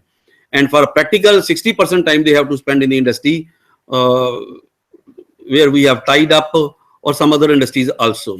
A student need not bear any sort of expenditure. Whole of the expenditure is borne by either by the college or from the UGC grants. In BVOC course, a total 18 credits and 300 marks are assigned for industrial training. Students undergo a training 5 to 6 weeks of 6 credit in each year in the month of June.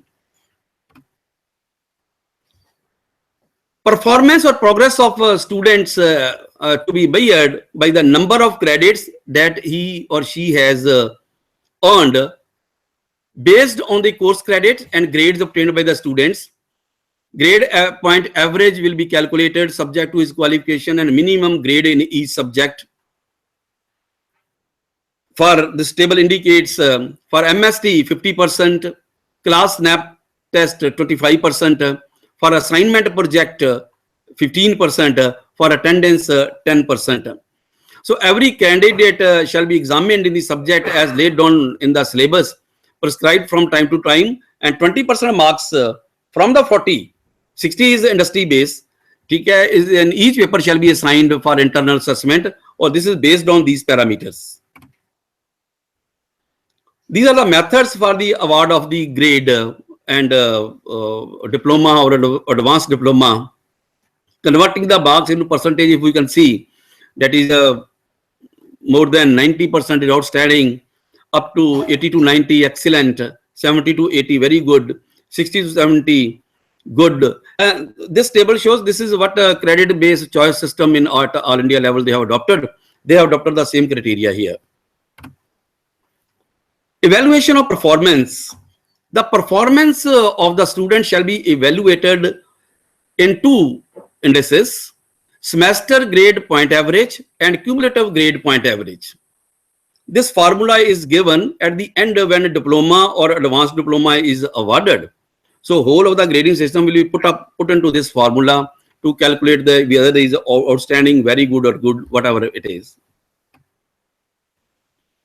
Successful candidates, if CGPA is 8 or more, he will get the first division with the distinction, or 6 to 8, he will get the first division, and below 6, second division.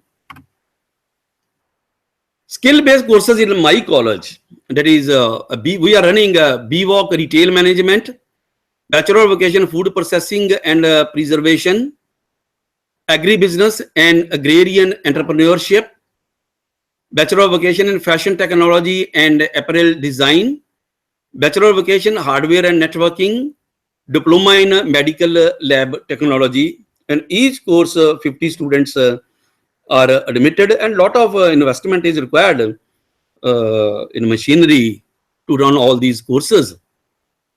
Of course, UGC has given the assistance, but from college side also, we need to spend a lot of money. For example, fashion technology, one machinery is more than 3 lakh rupees. So 20-30 machineries we have got it for the students, because hands-on training is given. They are getting the training in industry, but when they are attending the classes, that's too in hand-on training. If they are not in a class like benches are there and board is there. If in the case of networking students, each and every student has got the computer. i7 computer is there. In case of fashion technology, everybody is sitting on the machinery and getting whatever the module is there. Industry tie-up, we have, before proposal was sent to the UGC, you did the industry tie-up. Of course, you can change it as per the requirement or strength of the students. If they are not able to absorb all the students, we can go to some other industries of the same level, of course. Activities which are based, skill-based, these are the industrial visits, on-job training, guest lecture by industry faculty, and part-time jobs for the students. So this is all about these Kendra status which are being run in my college for the last 3 years. And except one course, that is agribusiness, where response is average, all other courses are being run successfully. Actually, this skill system was after independence, if we can remember. Previously, it used to be apprentice training. You see, when after 1947, at that time, industries were concentrated at one place, like in Surat, Ahmedabad, Mumbai, Amritsar, Ludhiana. They will hire the unskilled person and skill them, provide the skill, train them, and will absorb them in the same industry. And for providing the training to these persons, they will get a little bit assistance from the government at that time. Then, if we during 60s, then the age of ITI was there. The students were trained for ITI, very like in refrigeration, welding, stenography. In those days, admission criteria was after matric. They used to join those ITIs, and all students were absorbed. And those who want immediate job, instead of going to the colleges, there were a lot of rush. Textile institutes were there. They were providing training and being absorbed in the textile industry. Then came the age of polytechnic. So these were all, you see, history of the skill development courses. But after 90, you see, when age of computer came, the whole scenario changed. Everybody was sending their kids to the colleges only, to engineering colleges. Then in between, during 70s, white collar jobs, after the nationalization of the banks, there was huge demand for the white collar jobs in banks or in insurance or other industries. So students left those polytechnics and ITIs behind, and they rushed toward the colleges to have a degree. After that, you see, age of computerization came, but they were concentrated on one skill only. If we need to sustain the growth level of 7 to 8%, so growth level is not focused on one element or one segment of the industry. It needs a hands-on training for each and every sphere. So taking those factors into consideration, Government of India has started recently these Kaushal Kendra status. Now, they have, initially they started to the academic colleges. Like our is the academic institute, not a professional institute where we are running BA, BSc, BCom. And objective is to take the already existing infrastructure to be used. Government cannot create the infrastructure spontaneously.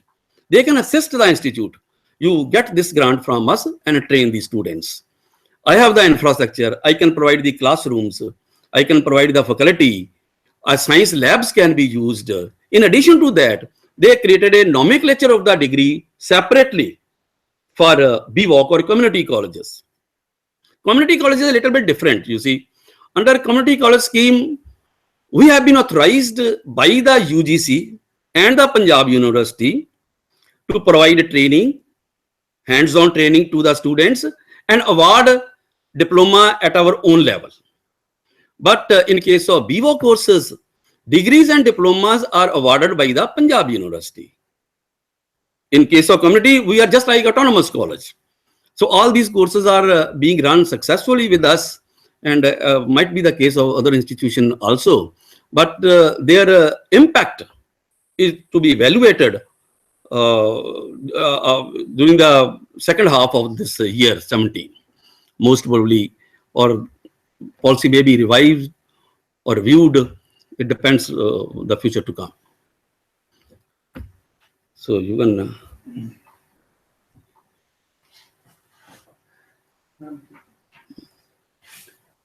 Queries? Any Any query from any of the nodal center? We can take one by one. David Jalandhar. So do you have any? Thank you, ma'am. Very nice presentation. Okay, thank you, sir. Bhai Mahasingh.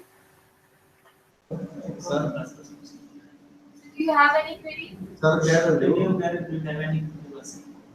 feeling delivery आप बोलते हैं.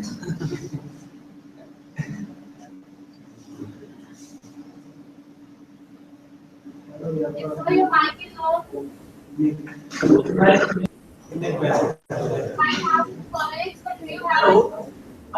पूछिए. अच्छा sir, इसमें ये जो sir उड़ान scheme थी, उड़ान स्कीम. हेलो. क्या पूछा है? उड़ान स्कीम के बारे में. ग्रांट्स? उड़ान उड़ान स्कीम जो है टू एनकर, ये this scheme is exclusively for Jammu and Kashmir students.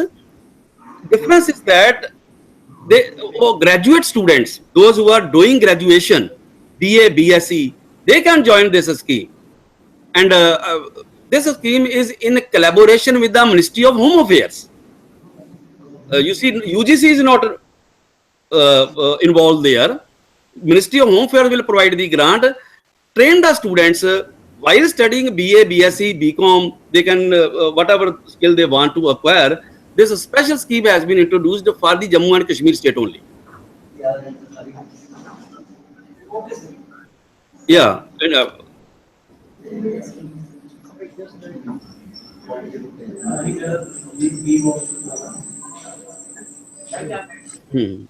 I would just like to supplement Dr. Sharma ji. See, this Udaan scheme has been specifically designed for J&K state, and the background is when you look to the geographical area of J&K, and being a border state, hill state, there are not many industries in J&K. But people pass out from different colleges, be they degree colleges or postgraduate universities. But because there are not many industries, so people don't find much of employment within the state. The idea of starting the Udaan scheme was closer to these students inside J&K, make them interact with a variety of industry, give them exposure, and maybe then they become a little more industry ready. So the J&K youth doesn't have, that level playing field which others have. Others are like people in Ludhiana. You can't compare Ludhiana graduate with J&K graduate. So the one from J&K just doesn't have much of opportunity over there. So like that, youth is identified from J&K. They are taken to different places, different states, where there are large number of manufacturing organizations, service providing organizations. They are given training, and ultimately they are placed in different industries. The scheme is fully financed by Ministry of Home Affairs. Yeah. Nothing to do with UGC. Yes. Well, eligibility is the graduate, unapplied graduate, postgraduates of Jammu and Kashmir, and 3-year diploma holders, engineering diploma holders are also eligible under this scheme. Of course, they have to get training somewhere else in India and can start their own venture after coming back to their own state. Dr. Sahab, on behalf of our participants at different centers, I just have one or two small queries. One, I want to know, has any batch of BVOC passed out from your college? This is the third year. Third year. So this batch will be passed out from this year, 17. That's why I said 17 is the last year. And interestingly, only few students have taken the diploma. Others have shifted to the advanced diploma, and now they are in the third year of the BVOC courses. Under community college scheme, previously we used to have only 7 students, and all are absorbed in the government jobs in medical colleges. Now that has become a very popular. We are having only 1-year diploma in my college. 1-year diploma they have to complete about the medical technology. Objective of the UGC is to one cycle you complete with the assistance of the UGC, and you keep running these courses at your own level. After that, this has to be, a report has to be sent to the UGC and university, and our students are being assessed by the National Skill Development Council also. The people are coming from Delhi. Only 3 we assess at our own level, industry people assess them, university through examination, and people from the National Skill Development Council. They are getting a separate certificate from them. So they are getting 2 certificates, one from the Punjab University and another from the National Skill Development Council. In one case, this pack has to be taken care. Skill Council is not there, agri-business, but they have established now for this also. So batch is coming at this stage, 3rd year level. But sir, you have said that in agricultural field, yeah, it is little bit. Yeah, it is because we submitted the proposal. We got the course. Now, Chandigarh is a basically benchmark is a little bit high. For this course, you need a students from agriculture community, and in SD college, the basic intake percentage is very also high. The number of courses are available, but still we are having 18 students. Now, 2 institutions of Haryana, this dairy, Solon. They have hired a student after 1 year of agribusiness. So immediately when 3 students were hired by them, students left the BSc medical and joined this course, and mostly from Haryana side. So when people are, they will come to know about the employability, then acceptability is also improved. So in case of the community colleges, as you have said, Only one course we are running. but you have said that no particular syllabus curriculum is there. Hmm. You have developed some curriculum, and that is certified by the university. Approved by the university. Approved by the, for the community colleges. Yes. Is it related with NSQF levels also? No, community colleges aren't better with that. They have got the approval. You are right. All BVOC courses are later with the National Skill Development Council, but community colleges has related with the only university and UGC. Okay, if they want to enter, That's why they are giving only 1 year diploma. okay, but Yeah. if they want to enter in some something in college or in some school. Yeah, not in college. If they for higher study, they have to go for, to that institution where advanced diploma is awarded. And after advanced diploma, there is no, there are only 2 levels, diploma and advanced diploma, no degree.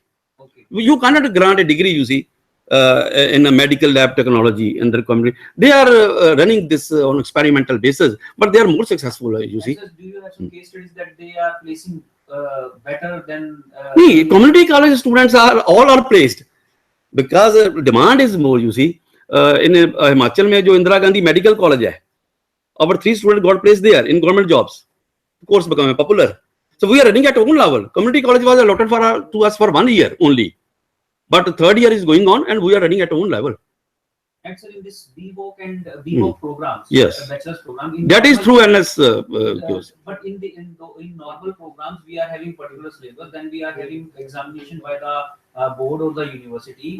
Each in normal case. Yes. But in this BVOC case, Hmm. do we have something like practical thing is more in case Yes, of BVOC yes. programs, and normal programs the practical is less. Yes. Something is that. No, yeah, obviously, I just spoken. 60% focus is on the practical. We have the industry tie-ups. We have our labs also. 40% is academic. Out of 40%, 20% is assessment by the college. See, 60% they have to go to the industry. They have to get the training there, and there they will be evaluated then and there by the industry people. They will send a report to us. Then a team from National Skill Development Council will come and assess them for that 60% portion. For remaining 40%, only university examination is there. In other cases, only 20%, 100% is the examination. No training, you see. 20% you send the assessment. BA, BCom जो करते हैं क्या करते हैं? Syllabus पढ़ते हैं, exam देते हैं, MSc देते हैं, सेमेस्टर देते हैं, 20% assessment हम भेज देते हैं.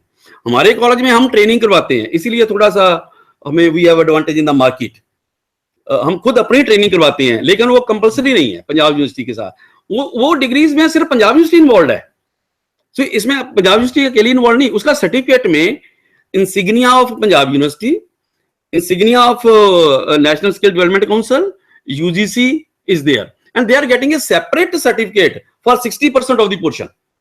Industry assessment. Their separate certificate is coming. It's like they are offering a program on retail management. Yeah. So now whatever input have to go in retail management, there's a ratio of 40:60. Yeah, 40 classroom. 40% teaching, 40% is their responsibility to college. Yes. Right? Out of which, Yeah, you're absolutely right. 60% industry. Remaining 60% that has to be imparted by a skill knowledge provider. Yeah, skill knowledge And provider. ultimately, if it is retail course, there is a retail sector skill council. Yeah. So They will assess them. authorized by a retail sector skill council, they will come and they will conduct exam or whatever it is, practical. They will assess them. They will give them score. That score ultimately comes to the college and then university. They will send their score to the university, and then finally university will do the certificate. Yes, this is. But in This is how it's case going. like 50% as 60-40. mentioned in 60-40. marks for passing. हाँ. Passing marks. हाँ, ये total है. This is a total. This is the total marks. 60 is there, 40 is. हाँ, out of 100. But for the passing marks, Separately they have to pass. from 60 separate passing marks should be there. 50% of 60. Yes, 50% of 60. You are right in that way. Whatever criteria is there. Okay. 50%, then 50% of 40 also. Separately they have to pass in theory and practical. If he fails in one, so Then he fails. No, can he give re-examination? Yeah, re-examination is there. That is a very liberal program, you see. If he has not any interest, after 6 months, there is a horizontal and vertical mobility is also there. He can, most of the students, they left one course and joined agri-business. You see why? Because they got, some of the students got immediate employment.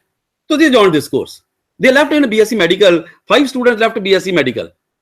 To get admission in BSc Medical is quite difficult in my college. But they left it. They know that this they are being hired. Now you see, BVOC, the nomenclature of BVOC, TIS, Tata Institute of Social Sciences, retail का उनको दिया है उन्होंने, और they are conducting all India test, retail management का. Popularity, they are also having 50 seats. So now they have decided to give to those institutions, those are professionally doing the service to the society, advanced level पर थोड़ा सा कर रहे हैं. They are choosy now, little bit, to give the BVOC courses. Then after BVOC, MVOC is also there. Yeah, they are there. They are asking us to start. But we want to see we are successful in graduate courses. Then level, you see, 8, 9 and 10. These are for PG. Students coming for 5, 6 and 7 to us. Then 8 and 9 levels are for postgraduate courses. This we don't have. So assessment will be on the basis of the placements after this program. So assessment means the course. See, main objective is not the placement. Main objective is they should be trained in such a way that they should start their own venture. They should start their food processing के course हैं, और 4 बनाने वाले 2 students हमारे मोहाली में हैं. They are running a successful business. उनका case study हमने अपने college में बाकी students को बताया. They are starting making this. They are running their business. One of the students of retail has started a food at very cheap rate of 30 per plate. He is making at his place and selling to the PGs, and he brought a sample few days back to us. So the main objective is this. Placement is for BA, BCom and BSc students, not for them. No, I think we need to understand this thing. You see, there's a bit of confusion. You need to consider assessment and program evaluation separately. Yes. When you say assessment we have already discussed. Yes. Like what they teach, they are going to assess yeah. And that's going to be converted into marks. What industry teaches them, they are going to assess. Yeah, you're right, absolutely. And then marks are given. But when it comes to program evaluation, program evaluation would be finally judged in terms of what happens to the pass out. Yeah. Do they tend to get employment or self-employment? Self-employment. Okay. So that is the program. I think we need to consider them as 2 different issues. Yeah. Assessment and program evaluation. They have to generate the employment.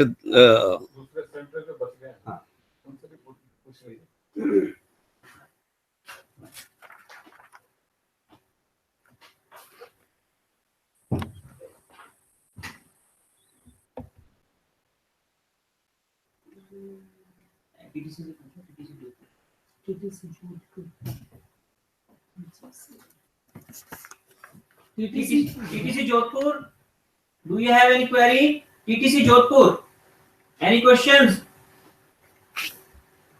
TTC Jodhpur?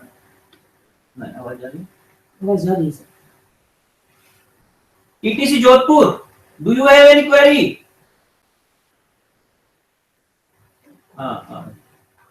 TTC Jodhpur. No query, sir. Thank you very much. Okay. Then NC College. NC College.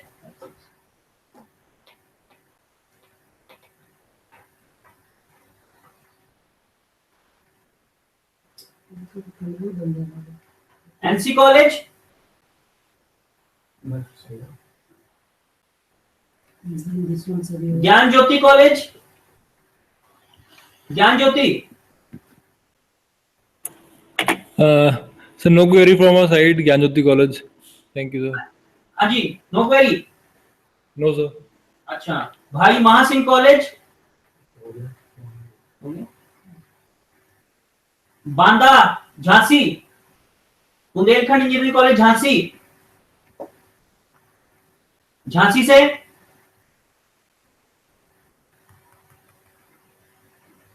है कोई query? No, sir. No, sir. Thank you so much, sir. Banda deviate से है शायद, है वो कुछ आप थोड़ा कर। हाँ जी sir, nice presentation was there. Thank you very much. No queries are there. Okay. Thank you. Thank you, sir. So how about the vocational courses in comparison to academic? See, in the first year, we need to advertise 2-3 times. Now, third year is going on. In the second year, we got a suo motu response from the public. Except one course I told you earlier, that is the agribusiness. In third year, when diploma holders of the agribusiness were absorbed and food processing diploma holders started their own venture, so they become very popular. Now, in every course, we are having more than 40 seats. So, we can say, in the first year, we got just 25 seats from the UGC, and seats were increased later on. So that impact is going on up to third year level. And in terms of their academic achievement, prior to joining, yeah, are these people who are opting for vocational courses, are they as bright as people going in for academic streams, or they are somewhere? You are right. Not as minimum eligibility is of course 45%. If visa or in comparison to other courses in BCom or BA, their percentage is a little bit on lower side. But they are the people I'm sure will be successful in their life.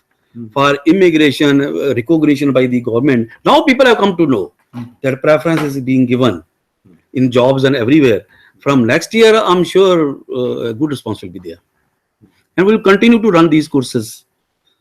Even viable, you see with the 40 students, the course is viable if no funding is there from the UGC. And you also made a mention about this thing, startup grant, 2 crore rupees. Yeah. Is that 2 crore part of the part of the which is received under 5 crore. Yeah, part of the. And this 5 year is given for how many years? No, not 5 years, for 3 years. 5 crore. 5 crore. 3 years. For 3 years. So after 3 years, are you eligible to get another 5 crore? Yes, we are eligible. Even if they stopped, but courses we have launched, courses will continue from our own level. If I'm saying even 30 students are joining one stream, course is viable for us.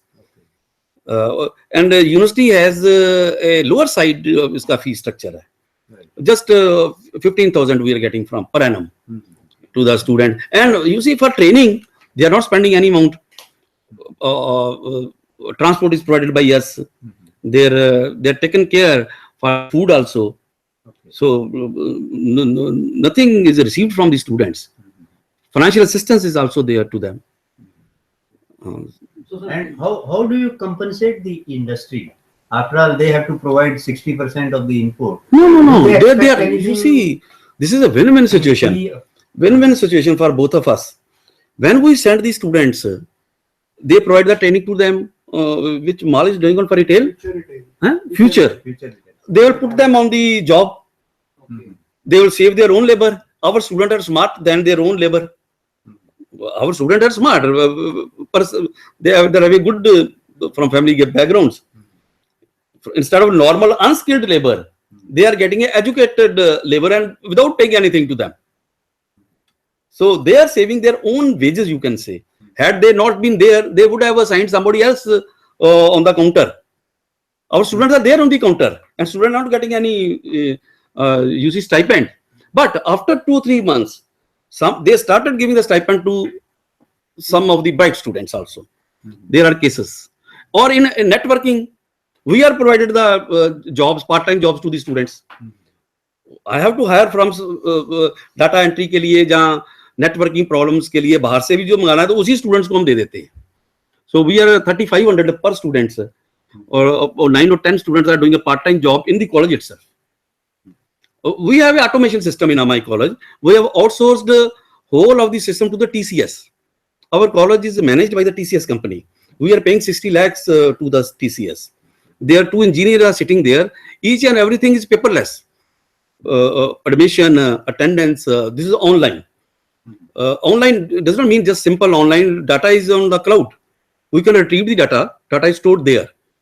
So they need sometime assistance from us. So such type of students we provide them. And 3,500 we are giving if he is 100 hours per month. So घंटे अगर वो काम कर देता है, so he is getting 3,500 also along with that degree. 3-4 employees are doing the same thing from networking section. I think so it will depend from trade to trade. Trade to trade, yes. And from place to place. Or from institution to institution. Yes. I have seen this in some of the community colleges going on in some hill states. Yeah. Particularly in the area of automobile. Now, when you have VWalk automobile, no, you have to establish lab. See, if it is hospitality industry or retail, it's a student is an assistance to the training provider. Yes, training provider. But if it is something to do with automobile, yeah, so job cannot be assigned to them. No, not at all. And rather than providing some stipend, company expect them to pay something. Pay something, yeah. In Himachal, they have decided a rate of 500 rupees per student per month. Similarly, in Uttarakhand, in some of the community colleges, so there is a provision of making payment to industry. Yeah, it depends. You see, they offered us certain courses when I made the presentation. Automobile, one of the industry, you start that course. No, I can't. I don't have the place. It is a different type of course. It needs to be started at some semi-urban areas where the requirement is there. That is the basic objective. Networking is, of course. Then food processing is there. We are already running a course of उसका जो नवीन बत्रा का है biotechnology food processing का था पहले था सो वो हम उसका यूज कर सकते हैं इंफ्रास्ट्रक्चर उनके स्टूडेंट्स के लिए डीएसटी की हमने 10-15 करोड़ रुपया हमने गवर्नमेंट ऑफ इंडिया से लेकर पहले से ही अच्छी लैब्स एस्टैब्लिश्ड है हमारे पास कंप्यूटर की हमारे पास बहुत अच्छी लैब है और नेटवर्किंग की लैब के ऊपर हमने अभी वी स्पेंड 10 लाख रुपीस बड़ा अच्छा उन्होंने this is from the grant exclusively for this so दूसरा भी इंफ्रास्ट्रक्चर हमारे पास अवेलेबल है ना so they can make use of that also. And so the pattern of receiving grant is smooth or it's smooth. You see there it's a that is not like RUSA. It will come to the state government then to us, not at all. Directly we will receive it in our account. Yeah. If something is wrong, we have to send it back directly to the UC. And the trainers which you are engaging for we are getting from that you see to teach them. Student, you don't need a UGC qualified for retail management or hard work networking. वो trainer वो चाहिए जो खुद practical कर रहा है खुद काम कर रहा है उसके लिए यूजीसी क्वालिफिकेशन नहीं चाहिए हमें हम उनको बुलाते हैं तो rate is fixed by the UGC 1000 per hour. Sir ऐसा हमने देखा है कि in other schemes also when the trainer used to engage for some more than 2-3 courses and you know they nowadays they are asking for the permanent kind of a thing. From the institution or that so something is there so that नहीं वो scheme चली थी वो हमने अपने पास तो उनको नहीं किया वो पहले था कोई ग्रांट का सिस्टम मुझे पूरी डिटेल तो उसका नहीं पता ग्रांट एक ट्रेनिंग इंस्टीट्यूट को आती थी वो स्टूडेंट्स को कहते थे कि 1200 हम स्टाइपेंड्स को स्टूडेंट को कुछ दे देंगे कुछ इंस्टीट्यूशंस को दे देंगे so some sort of things were going on but we never entertained and we never started. It's a two system is going on. Grant हम डायरेक्ट यूजीसी से लेते हैं और जिस पर्पस के लिए जिस हेड के अंदर आई है उसी हेड में यूज करते हैं उसको इसके अलावा कुछ खर्च करना है तो फ्रॉम आवर ओन सोर्स इसका जो फीस है ना वो भी उसी अकाउंट में जाना है अनलाइक बीकॉम फीसेस जो इसकी बीवॉक की फीस हम कलेक्ट करते हैं we have to deposit in the UGC account that is a part of the grant even interest earned on that is also a part of the grant. Yeah, the account is separate. Account is separate. Recurring and non-recurring दो type. दोनों आते हैं दोनों. Is there any guideline by the UGC for providing the salaries or honoraring? Yes. और if हम industry से call करता हूँ किसी को So then I have to pay 1,000 per hour, maximum for 18 hours. In case I'm hiring a teacher from the college who's already there, in addition to his present workload, then I have to honorarium provide 600 per hour. 600 रुपए per hour है फिर. बाहर से 1,000 है, no TAD है, 1,000 to use. What about the trainers you hire from outside? 1,000 per hour if he is coming to us. Hourly basis. Yeah, hourly basis. Not number of students. How many numbers? No, not at all. That is what I'm saying. हमने उनको entertain नहीं किया. Not number of students. On hourly basis, he comes to my students, providing them the training for 1 hour. If he's 2 hours, 2,000. If he is there for 3 hours, 3,000. Maximum limit कोई नहीं है sir. No. 50 तो seats है maximum एक course में.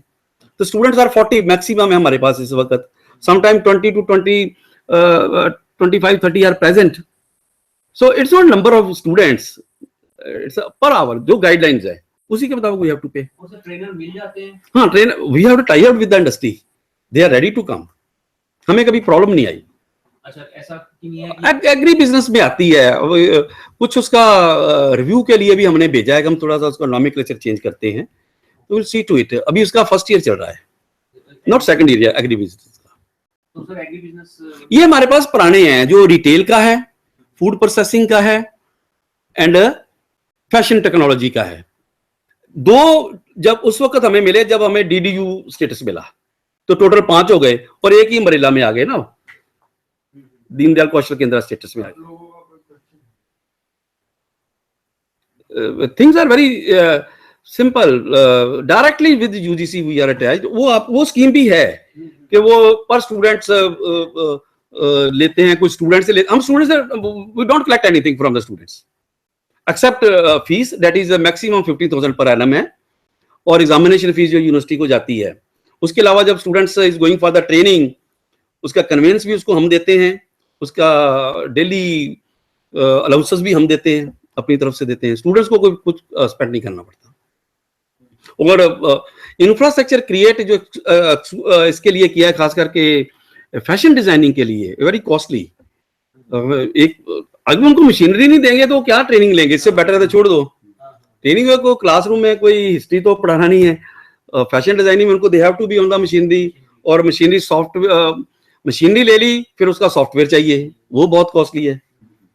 सो you need to, but if there courses are running successfully, so we spend. If we can give 60 lakh to the TCS for automation per annum, we are giving, but we are running successfully. You see, whole system सारा through, इसीलिए courses भी successful है. And how do you find your competitors working in Chandigarh? नहीं, in course नहीं. Colleges also, I think they are. But the course will not be there. हाँ, course would be different. हाँ, course will be different. So हमारे पास है maximum तो Punjab university में 6 हम चला रहे हैं, किसी के पास 2 हैं, पर वो उनके पास दीनदयाल कौशल केंद्र स्टेटस नहीं है.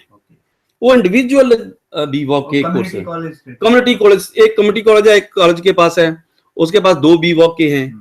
वो सेपरेट कोर्सेज है, उसमें ग्रांट फिर कम है. तो इसके लिए सर एक्रेडिटेशन जो हम ये केंद्र जो accredited, then we should have NBA accredited और NAAC एक्रेडिटेड. नहीं, NAAC is a must. You see, अभी आप देखिए, मेरा NAAC का स्टेटस एक्सपायर होना था अक्टूबर में, दिस अक्टूबर 16 में. तो मुझे इस ग्रांट के लिए, और बाकी भी ग्रांट्स हैं, हमारे पास CP स्टेटस है, college with potential for excellence. We are the only college in Panjab university having this status. हमारे पास डिस्ट का स्टार कॉलेज स्टेटस है, DST का और FIST का भी. इनके साथ ग्रांट्स अटैच हैं. तो 6 महीने पहले हमने SSR भेजकर, अभी लास्ट मंथ हमारा पीयर टीम का विजिट हो गया, and we got a maximum grade A+.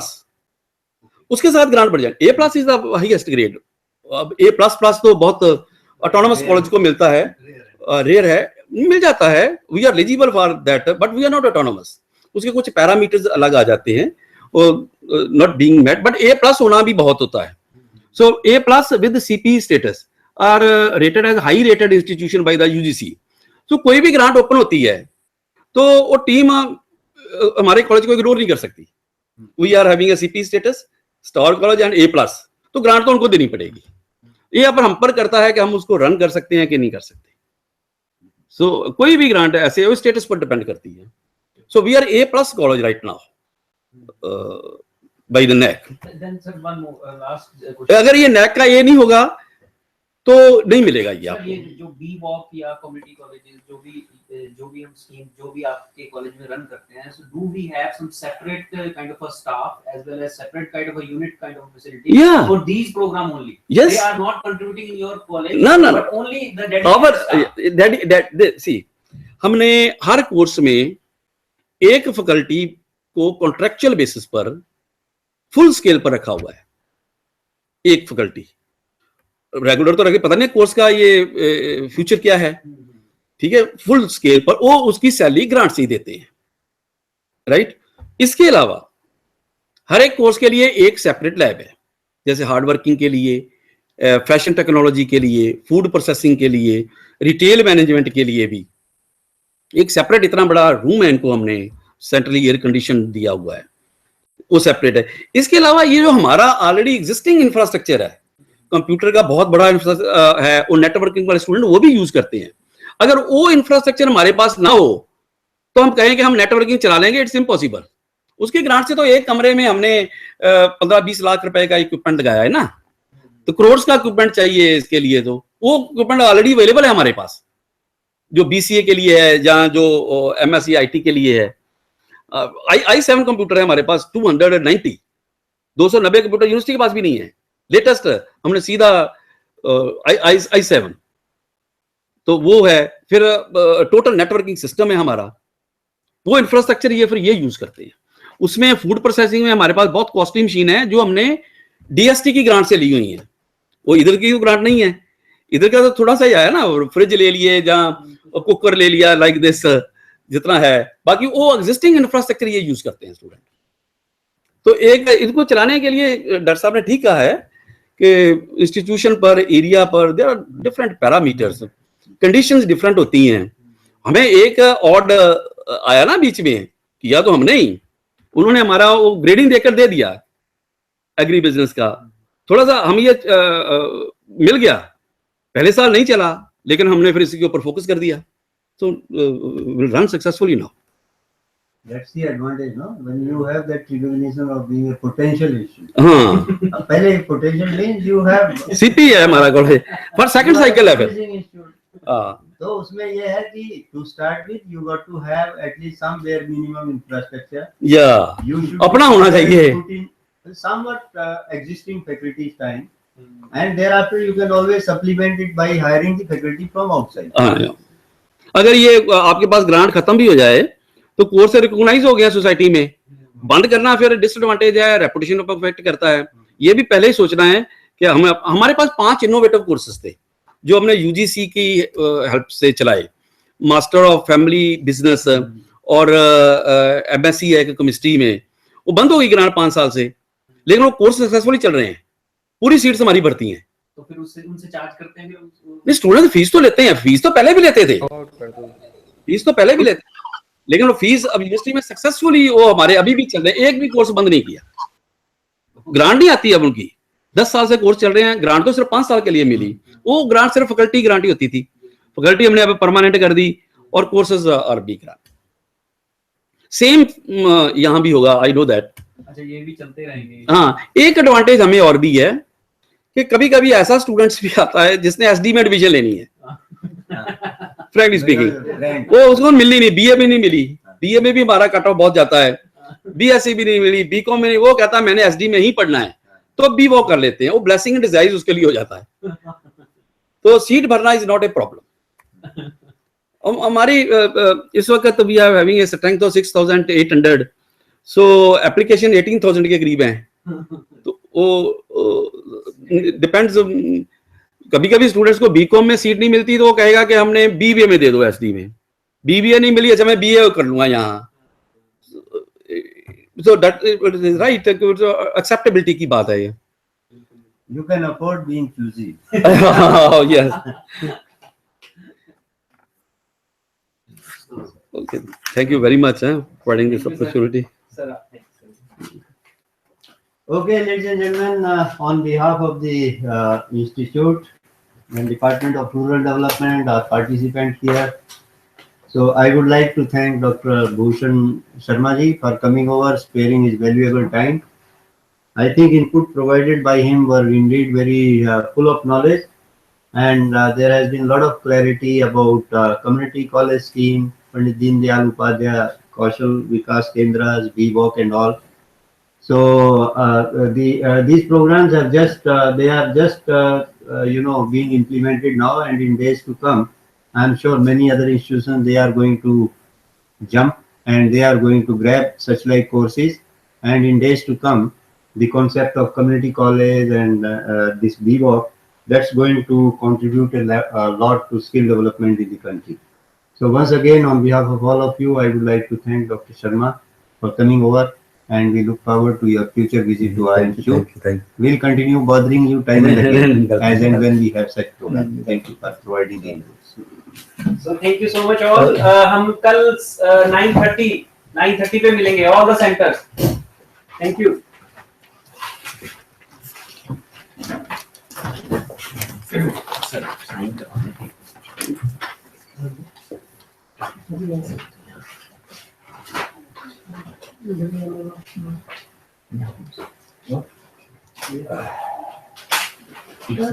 Press the pen number. Let's do what it is.